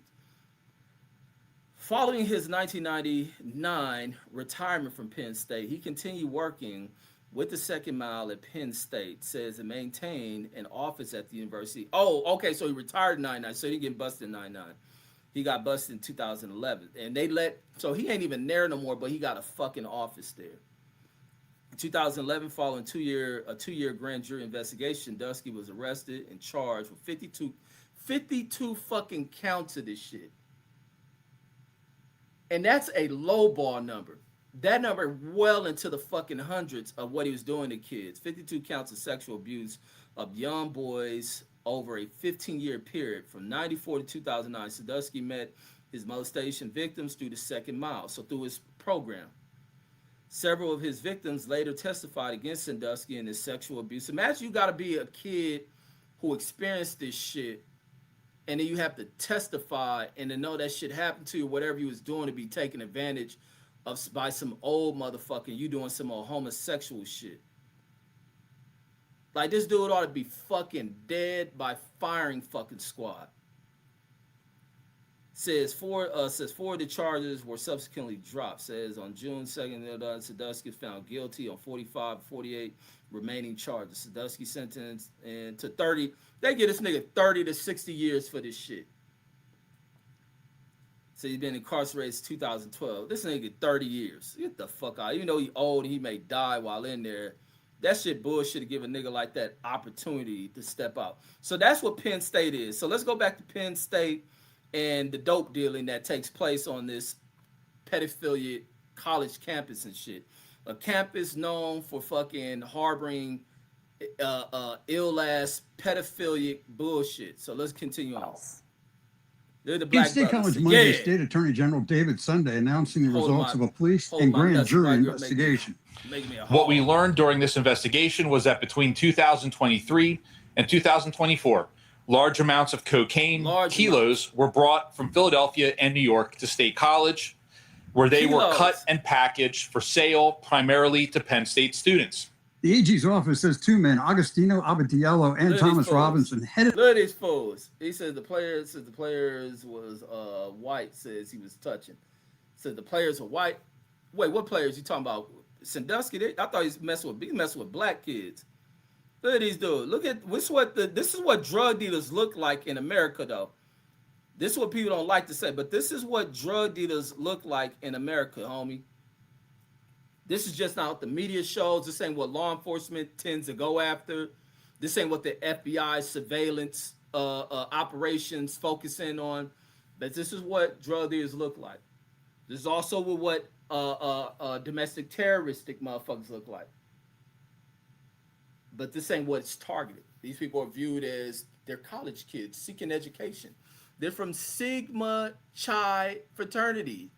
Delta Upsilon fraternity, whatever these they don't do the stump and dance the atomic dog and all that shit. They got no dance moves. They only got beer chugging celebrations. They don't do no type of real cool shit. They snort lime, flip upside down on the keg, and then do little law violating shit against he said, no, look at us as the players. I remember the cases were. I'll check that at the end of it. Robinson headed the drug network that operated primarily out of the Sigma Chi and Delta Epsilon fraternities in 2023 and 24.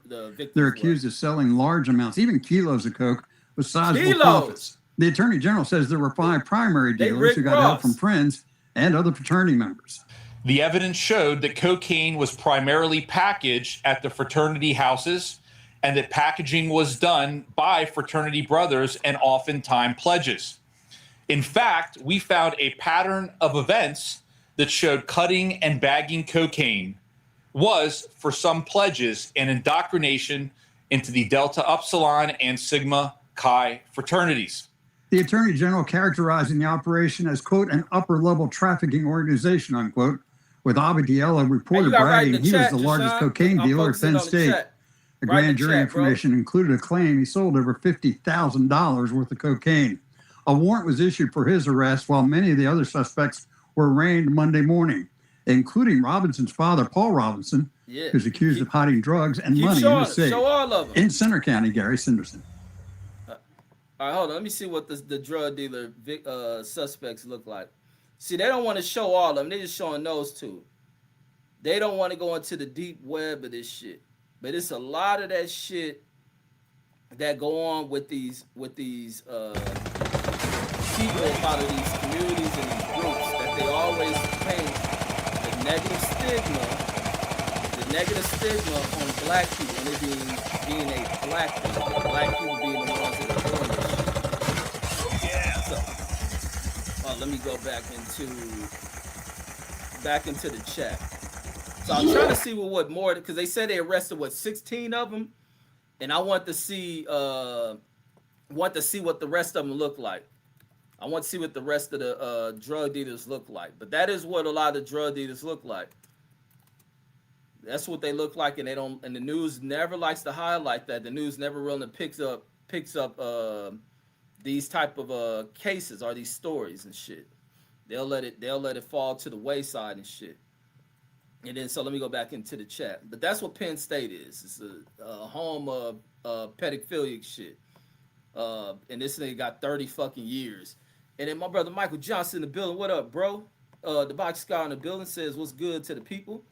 And he says being on a grown man, says, for having a differences of opinion is crazy. Yeah, that's some foul shit that comes up out of our communities, and it starts with my cousin Deuce is right with what Crips was starting to do. It started with what Crips and people highlighting that shit. This shit is wrong, and it creates this divide. Everybody ain't gonna let you whoop on their ass and shit. That's not about to happen. People ain't gonna just allow you to walk around punching on them and shit. Says let me see, and then actually says search up the benign neglect policy proposed by Daniel Patrick, what is that, Monian? No, because I want to get through this, so I'm about to search that shit up. In the next live stream, bring that up to me. Let me see, because I don't even know who that Patrick. Oh, let me just type it over here. I'll look at it for later. Hold on, let me see. Is this some old young, new age white dude bringing up that shit? Hold on. I'll just type it up for my own research. Post at the end of this live stream. Oh, yeah. Old, pathetic, peon-ass old white dude. Probably got over here. Let me see. Let me just look at him real quick, see where his parents from. Let me see. They probably immigrated to this fucking country from somewhere. Let me see. Probably came from Hamburg or some shit. Hamburg, Germany or some shit. And then talking about where the blacks need to go. Let me see. Which will never happen. And then SF says some of them HOAs be bullshit. Says be telling you, says that your guests got to check in with the HOA. Says can't just have a relative vehicle. Says just can't have a relative vehicle in your driveway. Says like what the fuck. Yeah, a lot of that shit is bullshit with the HOAs shit. And that's their way of thinking they're gonna curb black interest in coming in these type of gated ass communities, keep the communities white and under the rule of some pathetic ass governance and shit. I don't even know how that shit even have powers to even penalize or even take the court and put liens on people's properties. Like, you gotta be a fucking idiot. Well, I won't say that shit because some of the communities are nice, but I don't know why people in community don't fight to get rid of that shit. But then again, they don't. Maybe they're the problems in society. They're the problems of what's causing this society and shit. People who live in those type of communities and under rules of HOA.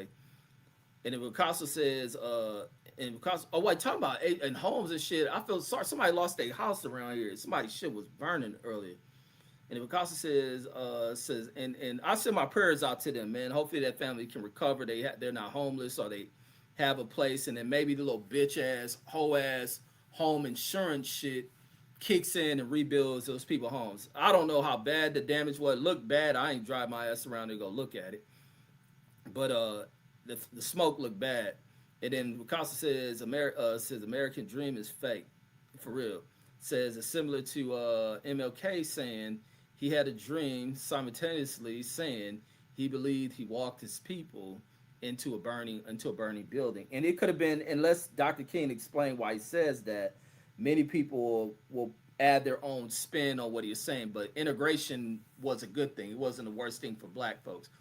Dr. King didn't live long enough to see what happened with it, but he realized that his people probably weren't prepared for this shit, and that he realized his people, like, because black people weren't the most educated, were very hardworking, but lack real education like a motherfucker, and therefore that's the reason why you have to have leaders, and the leaders must be educated, not weak.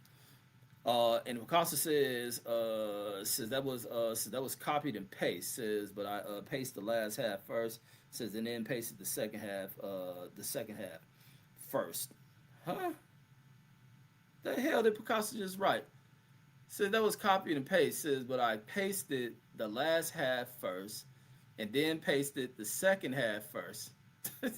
Then which one is first? You put two. This fool crazy. Says backwards. This nigga Picasso crazy fool. He says black women actually had to fight, says, within women's rights for their rights. And then in the Nano box it says this nigga Picasso is crazy, bro. He says the loss are supposed to be the last of our generation. Says started with the crack era. Says we have been celebrating deplorable behavior since. Oh yeah. Because that was a young movement making money, the rising in gangs, youth gang movements, then drugs providing this false reality of them being rich, being on top of the fucking world, and then their worlds collapse right up under them and shit. And the Deuce Time in the building, salute to my cousin, Deuce Time in the motherfucking building. And the Picasso says, I'm driving, and once I think of something, once I think of something I studied before in college, says I try to look it up, so I don't put out false info, says I do my best. And he says I was watching a movie, that had a white guy who grew up in the symbol in, who grew up, this nigga crazy as fuck. How you gonna put the N symbol and then write the word N right after that?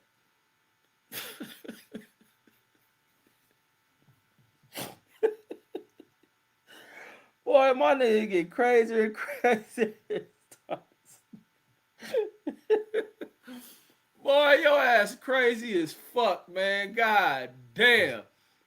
That's why I be reading this shit and I be like struggling to read because y'all motherfuckers writing the craziest shit. This motherfucker crazy. He said I was watching a movie, that had a white guy who grew up in the symbol in, and then he writes the word in, who grew up in a Mexican-American gang in California, even went to prison, and was caught in between white and Mexican gangs in there too. Oh, ain't that shit? Ain't that movie with the blood in, blood out? I know I watched that shit. Ain't that called, what was that movie called?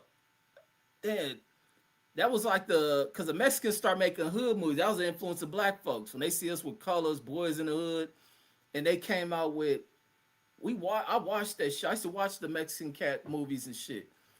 I remember it's that blood. I know the movie ain't called Blood In, Blood Out, but I remember they did that where they swear in the gang with the blood shit. I liked that movie, but then again, I didn't like, is it Bound by Honor? I don't know if that's it.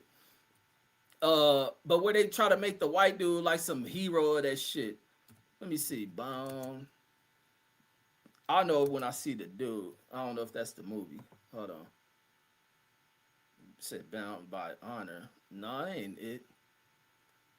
Hell no, that ain't it. Bound by Honor movie. I don't see no movie called Bound by Honor. Oh, Bond by Honor. Hold on. No. It's called Blood In, Blood Out. Yeah, that's the name of it. Yeah, it is called Blood In, Blood Out. I remember them saying that in the movie. Yeah, so it's called Blood In, Blood Out. That shit came out in 93. So, but yeah, the white dude, I was tripping off seeing the white dude and that shit. But then again, I was like, maybe so, because I had a lot of Mexican friends who looked the white as fuck. And even amongst Mexican people, they have terms for like white relative. They call them the Wedo. What else other word for white? Wedo. Gringos for whites, but they call they other family. I know they call them Wedo and some other shit. Like when they look white, because a lot of Spaniard ass or Europeans fleeing out of some old European shit they done lost. But it was called Blood In, Blood Out was the name of that movie that Picasso wrote about when he write the symbol N with the word N right after it. And then Otto Boxer says the government gonna give them Penn State, says the Penn State white boy. For real, you a motherfucking tell the truth on that shit. They're gonna get 5 months for moving keys of dope on a university college campus. And then gonna get probation. They're gonna get what do schools give you when they put you on some kind of little restriction probation where they looking at you, they don't want to kick you out. So they put you on probation and shit.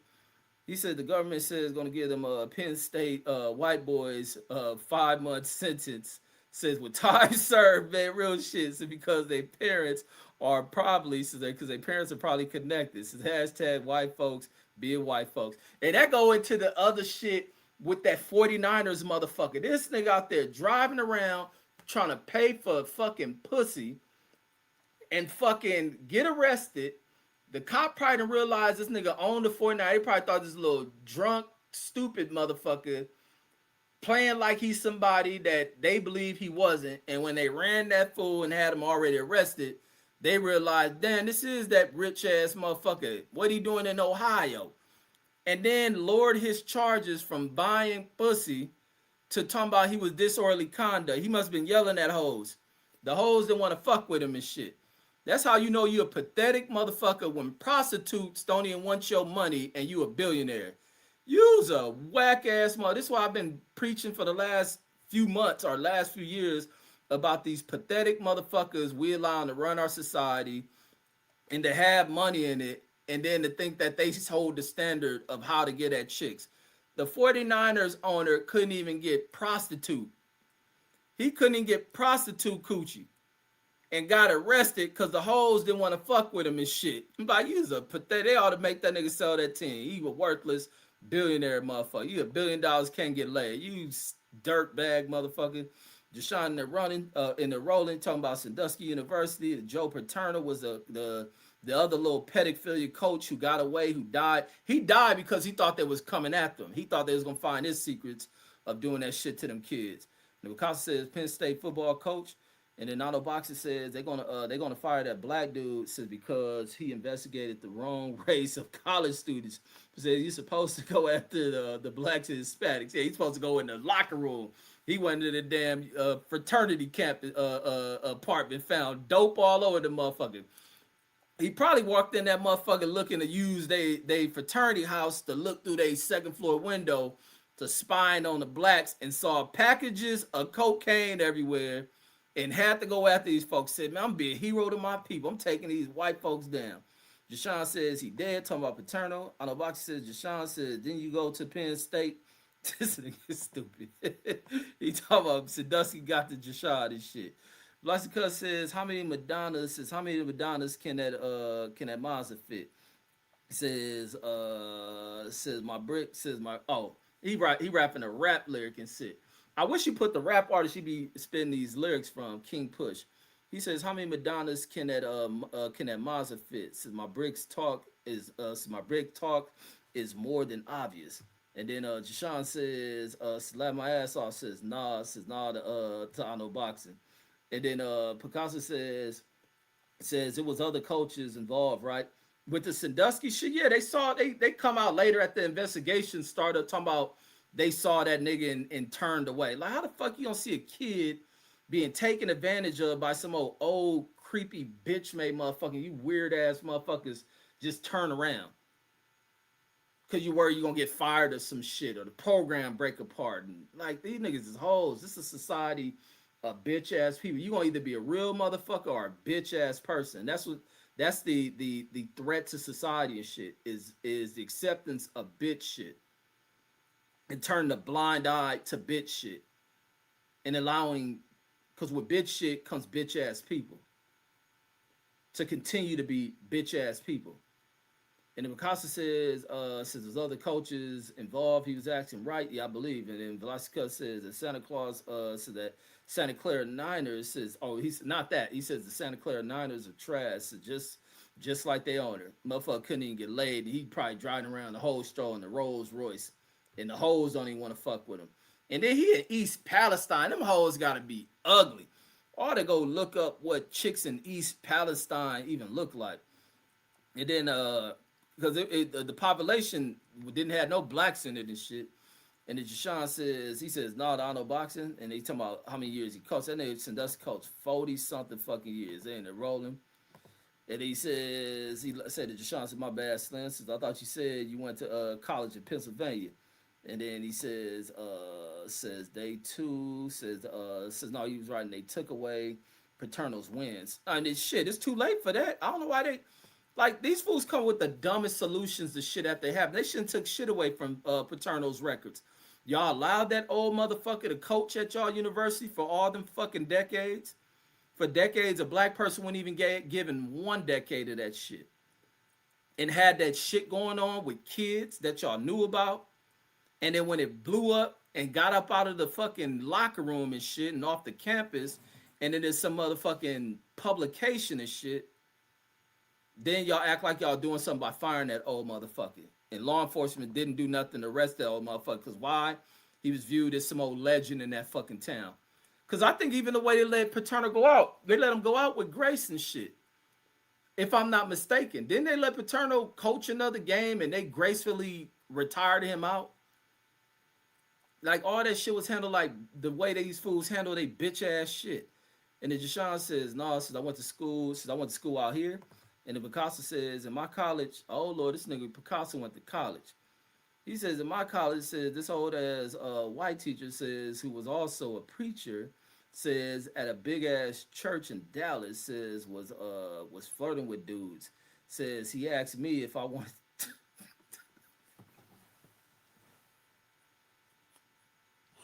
Picasso always stopped. Picasso, why you never hit the link? This thing Picasso is fucking insane, homie. This mother, this nigga getting hit on by a gay pastor and shit, and he gonna write this shit. This nigga is crazy.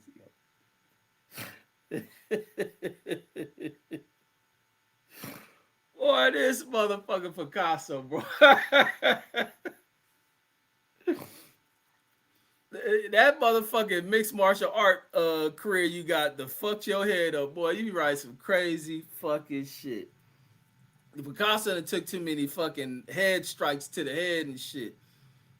Let me read this shit again. He says, in my college, says this old ass white teacher says, who was also a preacher at a big ass church in Dallas, says was flirting with dudes. He asked me if I wanted to make money mowing his lawn. That nigga about to get. That nigga about to fucking put a motherfucking. He about to do a communion on your motherfucking ass. He gonna pay tithe on your ass, goddammit. Picasso gonna be in that nigga house giving up tithes and shit. You mowing lawn, you pay that nigga the tithes back with your ass. He says, I was like, get your motherfucking ass. This nigga, oh my God. This nigga is crazy, bro. This motherfucking Picasso, dude. God damn. Jashawn says he was touching them, the white players. The player, it was a kid. He says, I don't think he was touching no black players. Says they would have beat his ass. You talking about Sandusky? No, this shit involved not players. He's doing this shit to kids and shit. And then Velasquez says Mark Summers and Andrew Charles says had the bando jumping. Yeah, that's why they ain't in the chat. I think them niggas got arrested in that Penn State shit. See, they didn't tell us they was on that campus and shit. And they're serving yayo and shit. And then I know Box says the Velasquez says, you know, it's Andrew Charles and Mark Summers says never show up. Says when Reggie got that evidence about their people. Now, and see, they don't like talking that shit, but they love when a motherfucker ain't talking like. I don't talk that shit about divisive shit amongst black folks and shit. That's why they be over here, Mark Summers constantly, but he don't do that shit no more. He sit in the back and listen. And then and Mikasa says how are they passing those college exams? Says while on that girl. Man, something about drugs at these men. The when I first started hearing about other drugs is when I was going to white schools, and a lot of the motherfuckers be on drugs, be like super intelligent ass fucking people. I don't know if the drugs they do make them just be like so hooked that they'll read books all day because they don't go to sleep, or what the fuck that shit was doing. I don't know what the fuck they were doing, but then they start getting burnt out because they become too addicted on this shit. But them fools be doing like the honor roll motherfuckers at white schools be on fucking acid, shrooms, and the pill shit. I didn't start hearing about pill. Like I say, only drug growing up around black folks I see here with black folks was crack and fucking weed and shit. When I went to white schools, the first time I heard they talking, celebrating Jimi Hendrix and all that other groups of Jimi Hendrix and Janis Joplin, or whatever her name, doing acid. I be hearing even the Mexicans, because the Mexicans who grew up around whites be on that shit. Hearing speed, I don't know what the fuck this shit is. Meth, and I think meth and speed the same shit. I don't know the term they use. Fucking coke. They niggas being. I'm talking about when I'm in high school, these fools doing that shit. But the first time I ever been in school with white folks is when we moved to Chicago. I'm going to school in Evanston. Them kids was fucked up on shit, and they were rich kids. And then I went to Guard, and hearing them kids talk about drugs is like, what the fuck? Then they'll be talking about, they'll go into like some old forest area. I be seeing niggas talking about eating the shrooms and shit. You gotta go up there in the pasture, and in the morning the shrooms spring up and you eat them, and then the trees start moving. They're talking to you like, and I be just like, people are fucking stupid as fuck. That you want to do that shit to fuck your brain up, to see some shit like that, and then be wonder why you all smoked the fucked out and fucked up. Like, and then even like hearing the Keefy shit, these shit, because I heard about PCP or Sherm and all that shit in a long time. I think motherfuckers is doing that shit. Like, motherfuckers is crazy to just want to be high. That's how fucked up society is, that people want to escape. And they escape by getting high. I'm glad my brain ain't fucked up like that. That I can stay away from that shit. I can process through shit without needing some shit to cope with. I thank God for that shit. Picasso says, how are they passing those cosmic jams on that girl?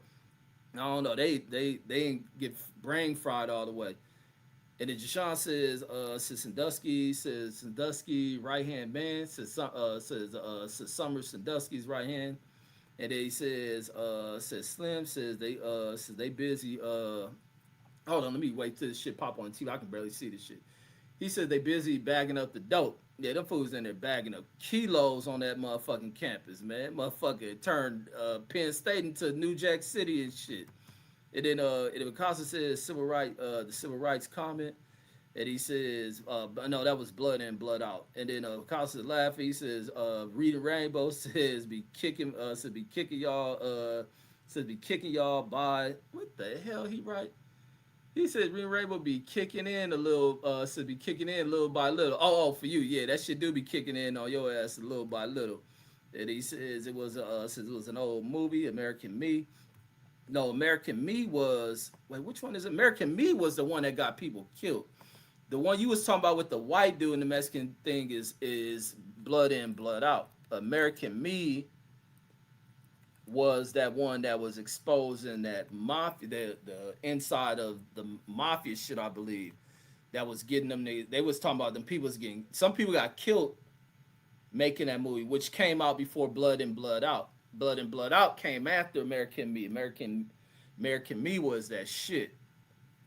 That was that shit. And I forgot it was some people that being like in that community, they filmed that shit that were being what do you say? They were being fucking wait, what's this one? Oh, this is he's showing the white dude who was a victim of Sandusky. Let me see. Yeah, Jerry Sandusky. I would not write no book about that shit. That nigga wrote a book about not being a victim of Jerry. Like, how would you? What you gonna write in your book? You was the victim of a motherfucker taking advantage of you on some gay shit. I would not write no book like that shit. Like, fuck no. Now, if it was a bitch taking advantage of me and shit, because I didn't realize, like, looking at it, it's still hard for me to process that shit as a young dude. That you can be, that you're a victim if a woman was to take advantage of you as a young kid and she grown. That some dudes, I've heard some dudes who've been like young kids and some grown woman that made them suck their titties or eat her out or let them hit and shit, that it fucks them up. And because it could be wrong to do that. Me, I've been all for that shit. But then again, it can wreck you. It can ruin you. And maybe it make you view women in such a negative light. It make you uncontrollable sexual deviant or some shit. But I would, like I say, I would have loved that shit. But these fools writing a book is a Jerry Sandusky victim? Absolutely not. I don't know who would want to read that shit. But that nigga wrote a book. Hell no. And then on the box it says, but salute to that person. I ain't talking down on your shit, but that shit crazy. I guess you got courage to do that shit. On the box it says, can you imagine having an in-depth conversation with Picasso? He said you'll walk away on the real. On the real, you fucking would. Man, I wish nigga Picasso would click the link. Cause when Picasso used to, this part knew that nigga was a fighter and shit. And they explained why he be sounding crazy. Then they go in here and talk when he used to jump on the streams. And that nigga, you be lost as fuck. Like, what the fuck is this nigga talking about? Like, this nigga crazy, man. That motherfucker, his writing is better than his talking at some event. That motherfucker crazy. And then and the Rob G says Blood In, Blood Out says great classic movie. Yeah, we used to watch all that shit. Wedo for the white folks, and I think they call them gringos and shit. And he says I still got the DVD. Talking about Blood In says Vida Locos. Oh, Vita's Loco is the Mexican girl one, right? Ain't that? See, I'm talking about the influence of like the Black Hood movies was influencing that shit. Even our Mexican folks start doing that shit.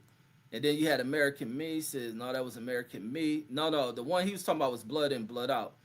American Me was that was like their version of The Godfather, I believe.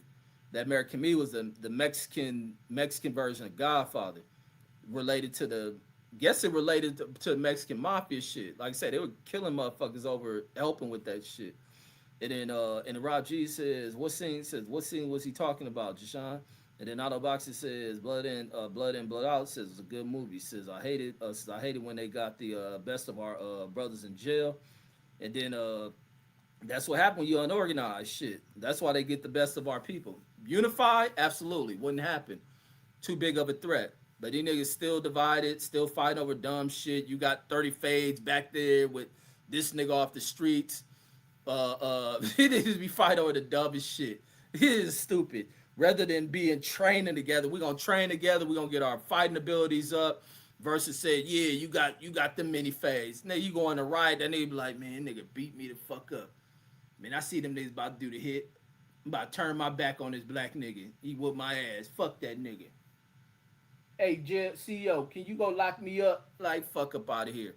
He's got a backwards ass way of thinking. And you got 20 Fades and behind the bunk over there. Yeah, your enemy back there. Go fight all of them.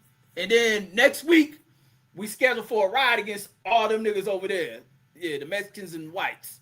But until then, we need to beat each other the fuck up. The Mexicans be probably looking like these niggas is stupid. Oh my God. The whites, can we get in with y'all too? Cause we want to fuck they stupid ass up. Like, yeah, man, y'all go ahead and take care of that shit. We'll call off the race ride for about another week. Yeah. What do you mean, Holmes? Why hold it off? Trust me, Orle SA. Let these stupid motherfuckers beat each other up. Their best fighter got about 10 fights because about 20 of his enemies from off the street in here for shooting at his homies. He think he gonna win. They gonna beat him the fuck up. He's less we gotta worry about. The other niggas still in recovery. When they knock each other up, got knots all over their head, throughout shoulders and shit, punch drunk, then we'll attack they stupid asses. Oh, hold on, it's a new wave. The LAPD and sheriffs and arresting a bunch of them other motherfuckers. There's more of them coming in here. It's a lot now. Or OG, SA homie, don't worry about it. They're gonna beat each other the fuck up first. So they got a bunch of back fades, and then somebody gonna get DP for losing the fight. One gonna have to whoop the other ass because he turned down the fight. That's the perfect time to whoop they motherfucking asses. And if we can beat up a large group of them, it will put into their fucking mindsets of never to fuck with us. We'll be dominant. That's how dumb these niggas is. Niggas don't fucking think. And then Raji says I miss what he said he meant. Says, but I know that movie, says, like the back of my hand, says I used to watch it on repeat. Yeah, the 90s had some of the best shit, man, especially when they want to start looking into California shit. Because ain't no place greater than California, even though we fucked up its people in the minds. Because says the detention probably says probation is what they might get for drug trafficking and dealing. Says it was dope when the blacks and browns teamed up, and took out the what is the Avers? Or is that you writing Aryans and took out the Avers or Aryans, you mean? And then other boxes, the Raji says they could at least let Montana see his daughter, before they off them. That's the reality of shit. For a good movie, fuck all that, let him see his daughter. You make it to where you do that shit, and now you as a viewer, your emotion, it breaks an emotion from you. You cry, you hurt, you wish it never happened. And maybe as you leave the film, you think of, man, we need to come to peace. Because these movies are taken from accounts of what we do to each other. Fucked up. It did. Matter of fact, I was listening to this shit with the Compton police off of, I think it was Vlad, when Reggie interviewing his dad and the other Compton cops, and they talking about murders that were occurring out there in Compton. You listen to the way we just do each other, man. It's just fucked up. Looking at murders, or even just knowing the murders of people personally, all that shit is fucked up. Rob G says this for cheap times, and he says that's one the one that took out that club was rough. No, or what is that? No onde. No, hey, you know what that shit I be wondering, like when I be hearing a lot of the new age Mexicans be saying on mamas, what does that shit mean? He says not onda. And then says great movie, great movies though for sure. And then Sean says I don't see his comments. But I heard what Reg was saying. Says that sounds like American Me. Yeah, no, that was in American Me, the film he's talking about though. And then Otto Boxer says why the Vato says let that half breed white boy play them like that. Says one leg bastard. Shit, don't be surprised when you see people of other races in gangs that are predominantly something. You grow up around them motherfuckers. And then Sean in there saying to Rob G, like I said, when I went to Gar High School in Cerritos, it was these black twins that was from Barrio Norwalk, which is a deep ass fucking Mexican gang. I think they were under, because that's why I used to hear about the green light coming out of the prison for Mexicans to target certain blacks and shit. These black dudes who mom I think was Mexican, their dad was black. They weren't gangbangers, but their family was deep into that shit. Then was another black dude who was over there. This black dude talked like how Southsiders talk. Oh, skinny motherfucking Kevin Durant looking motherfucking dude. Used to dress like a Mexican. When Mexicans back in the 90s wore them big ass, baggy ass pants and shit. And the little black and white Raider checker looking plaid like little jacket sweaters and shit. And always would tag on shit. But he grew up around Mexicans in that type of environment and shit. And then like I say, you'd be surprised with how many other races are part of gangs, or even Mexicans that are in black gangs. A lot of Mexicans in black gangs who are Crips, who are Bloods, all that shit. And then in the Rob G and the Roland, and then back in the day, I'm pretty sure you had white Bloods, white Crips, and then matter of fact, they were showing up. Matter of fact, that was the other crazy shit. There was that little short midget white dude who was from Bounty Hunters. He was a Blood. I guess he was a white family living in the fucking projects. He was on that dog show. He was on the dog show where that pit bull rescue or some shit. and he had went into prison for murder. He's a little midget dude, but he's a bounty hunter and shit. And then out of boxing says Rod G says he didn't want a pork chop. Says he won his life. Says he didn't want a pork chop, he won his life. Says about the Emilio. It says about the Mijo. It says about to Mijo ran up in, says by the white boy, says in the kitchen. Said he didn't want his pork chops, he wanted his life. Oh, that's the big Mexican dude from off of, what was it? That Mexican dude had been in other movies, right? Oh no, I'm thinking he was in Carlito's Way. He just looked like that dude from our Carlito's Way, the Mexican dude you talking about who was trying that gay show on the white dude.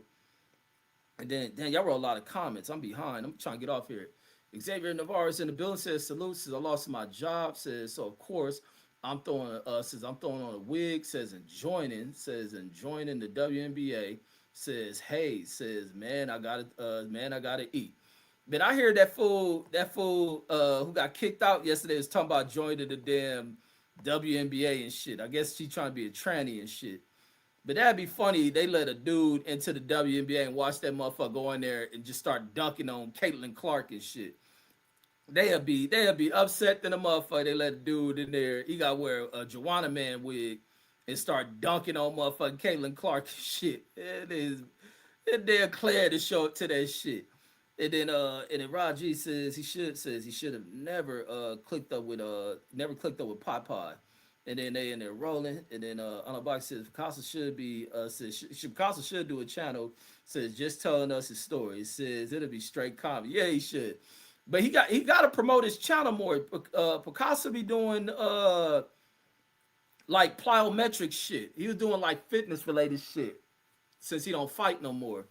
But he was doing all that shit like stretching and all that other shit.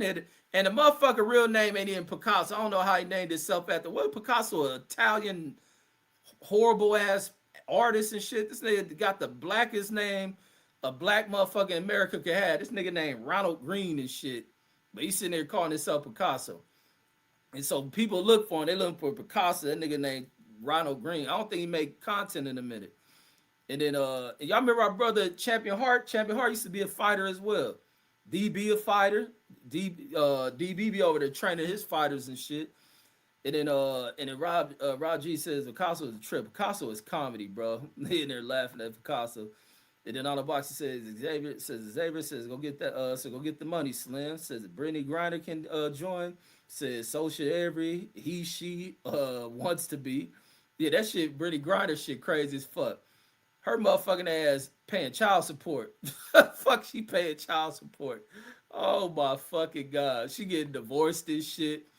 She try to be everything like a black dude and shit. That motherfucker Brittany Griner crazy, homie. Voice deeper than mine and shit. Andrew Charles says I knew I had power. Says I knew I had power over Arnold Boxers. Says now I know I got power over Velocity Cuts too. Says y'all ninjas. Like he using the N-word on y'all black ass. Says y'all ninjas says think about me. Says even when I'm not around, laugh out loud. And the Velocity Cuts says hella law student says be on that Adderall. A lot of these professional people be on them drugs and shit. A lot of these people in professional careers be dope fiends, homie. And then the Velocity Cuts, I think a lot of these executives, I think the White House is full of dope heads. If we ran a system that did everything equally across the board, this current administration would be arrested on dope charges. You motherfuckers be right in jail, need to go through rehab and shit. Velocity Cuts says Andrew says what's up, Relly? And then Velocity Cuts in the Rolling Rob G says Picasso on the old boxing section streams says was gift, says that keep on giving was a gift that keep on giving. That fool was on that shit. On that shit, sometimes he'll call the Fred shit and be telling them motherfucking stories that just don't make no motherfucking sense. Even when he stood beaming at this motherfucker, I just be like, what the fuck is Picasso talking about? And Picasso says going back to work, Arnold Boxing says going back to work, Arnold Boxing. And then Deshaun says they lied on the boss saying that he got raped. Says they told the director says to not put that in the into the movie. Says and kill people in the movie American Meat. Is that what that was about? Or I thought it was I know it was something that got those people killed for American Meat. And then And the Picasso says, tell him Texas. And then Jashawn says, that shit fake. Says they was scared. They was scared of niggas. Says back in the day. Says in jail, laughing my ass off. And then scared of us. I think they had to be. That's why whites and Mexicans grouped up. But I don't think they had the numbers like they have now. So they probably had to join up and shit. They probably had to join up. Unless older cats who've been through prison can tell that shit. Whites probably had a big population. I don't know about Mexicans in the 70s and the 80s and shit. That shit started to be flooded with blacks and shit. But because of Mexicans coming into here and moving up, of course, whites through law enforcement have to target them, find a violation of a law, put them in court, and convict them. That's just the wicked shit in the way the system rolls. But people fall victim to it because they lack intelligence. Jashawn says on Mama, it says some Oakland shit. Oh, is that where that on Mamas come from? And then they use it down here as well? That sounds about right. That sounds about right. And the Picasso says you think the military you think the military might be sneaky enough to put coke in the food, says to keep soldiers motivated. Says we did get shot, says for whatever reasons. Wasn't the Nazis doing that shit? Are they experimenting with that shit? I don't think you get effective soldiers. You coke them up. No, I don't think the military do that shit. They probably have people put into experimental programs and try to see what they'll be like. And I don't think it'll work to have a drug, because now the soldiers start craving that shit, and then you turn that soldier crazy. Then that motherfucker, you deal with fratricide in that motherfucking soldier turn on his whole unit. You end up in Iraq, fight a war, now this motherfucker turn Rambo on your motherfucking ass. He had to try to kill this nigga. And then Rob G says that's like the movie Juwanna Man. And then he says, he in there laughing, says exactly. And then Picasso says, I saw that kitchen scene, says when the white Mexican says was about to give the white prisoner head, says but he cut or something, right? And then they in there rolling. Like that shit, as much as they put that shit in a movie, that shit is sick. But that's the reality of that shit, of you being in prison with some old homosexual motherfucker. And that shit, them the type of niggas need to be killed. Like nothing worse than seeing in books like Monster in them books and shit like that. And they talking about seeing a prisoner do some old homo shit to somebody else. Like that's marking them out. Like, nigga, man, I don't want to disrespect none of them cats because they're cats who are,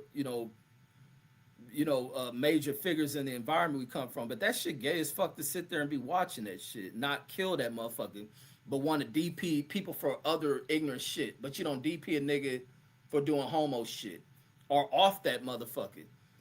Or being like how Gumby, the dude they say Gumby from Hoover killed, that dude was violating all type of dudes and nobody did nothing to him. And then what's the name? Stabs his ass and killed him.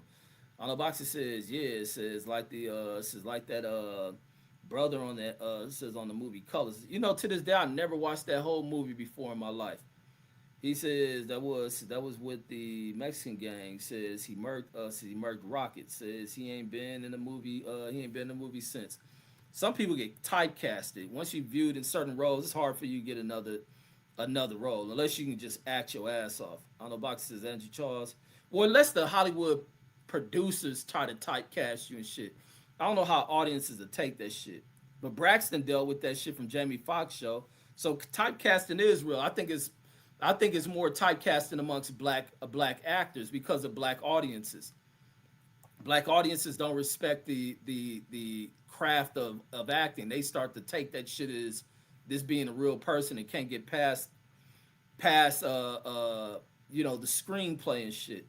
On the box it says our character. They can't get past a person just being a character and shit and leaving it there. Like this is an actor looking for work. And then on the box says Andrew Charles says we think about you because we wonder do you know what we be doing to your wife, says when you at work. And then Deucein says Picasso and his $300. It says Picasso and his $300 hot air balloon dates, man.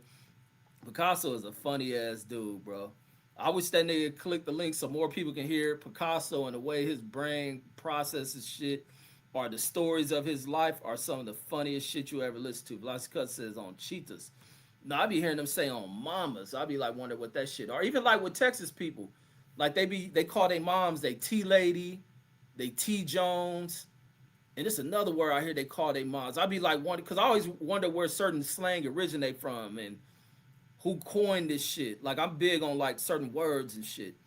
And Picasso says Wild Bill Clinton says getting ahead in the Oval Office says, and you can't imagine how much more stuff that didn't get exposed. Man, if I was president, should I get that shit too? That's like Trump. Trump over there fucking that little raggedy dirtbag looking bra. I had bad bitches if I was president. It'd be none of these bras that these other presidents have had in them White Houses. Man, I had little motherfucking bad bitch, Cardi B looking bitch 1 week, Shanti looking chick, some Stacey Dash shit, some Maya looking shit. Them motherfuckers be jealous of me. President Reggie got all these badass, thick, big booty, pretty ass, light skinned, dark skinned bitches. Like, man, I'll be the coldest president ever. But he's getting it done. And then Raji says, Picasso says, got them lot lizard stories too. Man, I haven't heard his lot lizard story, but that motherfucker be having his other stories about bitches be comical as fuck. But like I said, if I was president, man, I wouldn't have no Monica Lewinsky looking bitches. My bitches would be, woo, god dang, rap video shit. Then I'll be searching through the motherfucking Instagram. I gotta give me some Instagram chicks. Be all at that White House. I ain't married, so they can't say, oh, this nigga, if Trump can have side bitches, then I can have plenty of them. My bitches be purty than a motherfucker. And the SS says, hey, Red says, wasn't Picasso says that came on, says with the nigga and said with the nigga and flies with the niggas. Oh wait, yeah, that nigga did put that shit. He did put that shit. Was that some Willie D shit? Nigga, wait, what's that? Hey, Picasso, what's that song that you had us play on this motherfucker? I think that was from Willie D or somebody. They're fucking stupid, bro. I think that was. Hold on, let me see if I can find that shit. They picked that fucking song, man. I think it was called Niggas. Let me see. I'm gonna pull that shit up. I think it was by Willie D. And then I'm gonna get out of here after that. Let me see. Willie D. Niggas. And wait, hold on. Is that? I think it was Willie D. Yeah, it was. Niggas and Files, or was that? Let me play it real quick. He says I got an ex-girlfriend. Said yep, it was it. He said I got an ex-girlfriend. I dubbed her ugly. Yep. This was Picasso's song. Hold on, this is the shit he played on one of our West Coast Wednesday. I think before we turned the Wednesday show into West Coast Wednesday, that fool got on here and played Niggas and Flies. Niggas and flies, niggas and flies, niggas and motherfucking flies, niggas and flies, niggas and flies. I wonder what made him make a song like that. That must mean your ass is dead. But yeah, that's all I got, folks. I'm out of here. He says I got an ex-girlfriend. I dubbed her ugly. Willie D says niggas and flies, niggas and flies. But folks, that's all I got. We'll catch you on the next one. And once again, the question is, how deep is the betrayal in our communities? And will Brotherhood ever return? And I'm always have hope for that shit, that one day we can return that shit. That doesn't mean we let our guards down, because some people are untrustworthy motherfuckers, but give a brother a chance, man. Don't always be looking to want to knock a motherfucker head off, write them off, wish the worst upon them.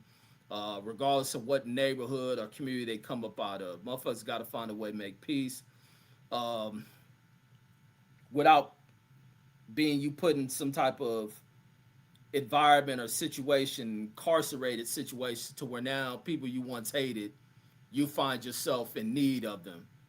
And then you get in here to talk about unity amongst black folks. But that's all I got. Catch you on the next one. Peace out, folks. I'm gone.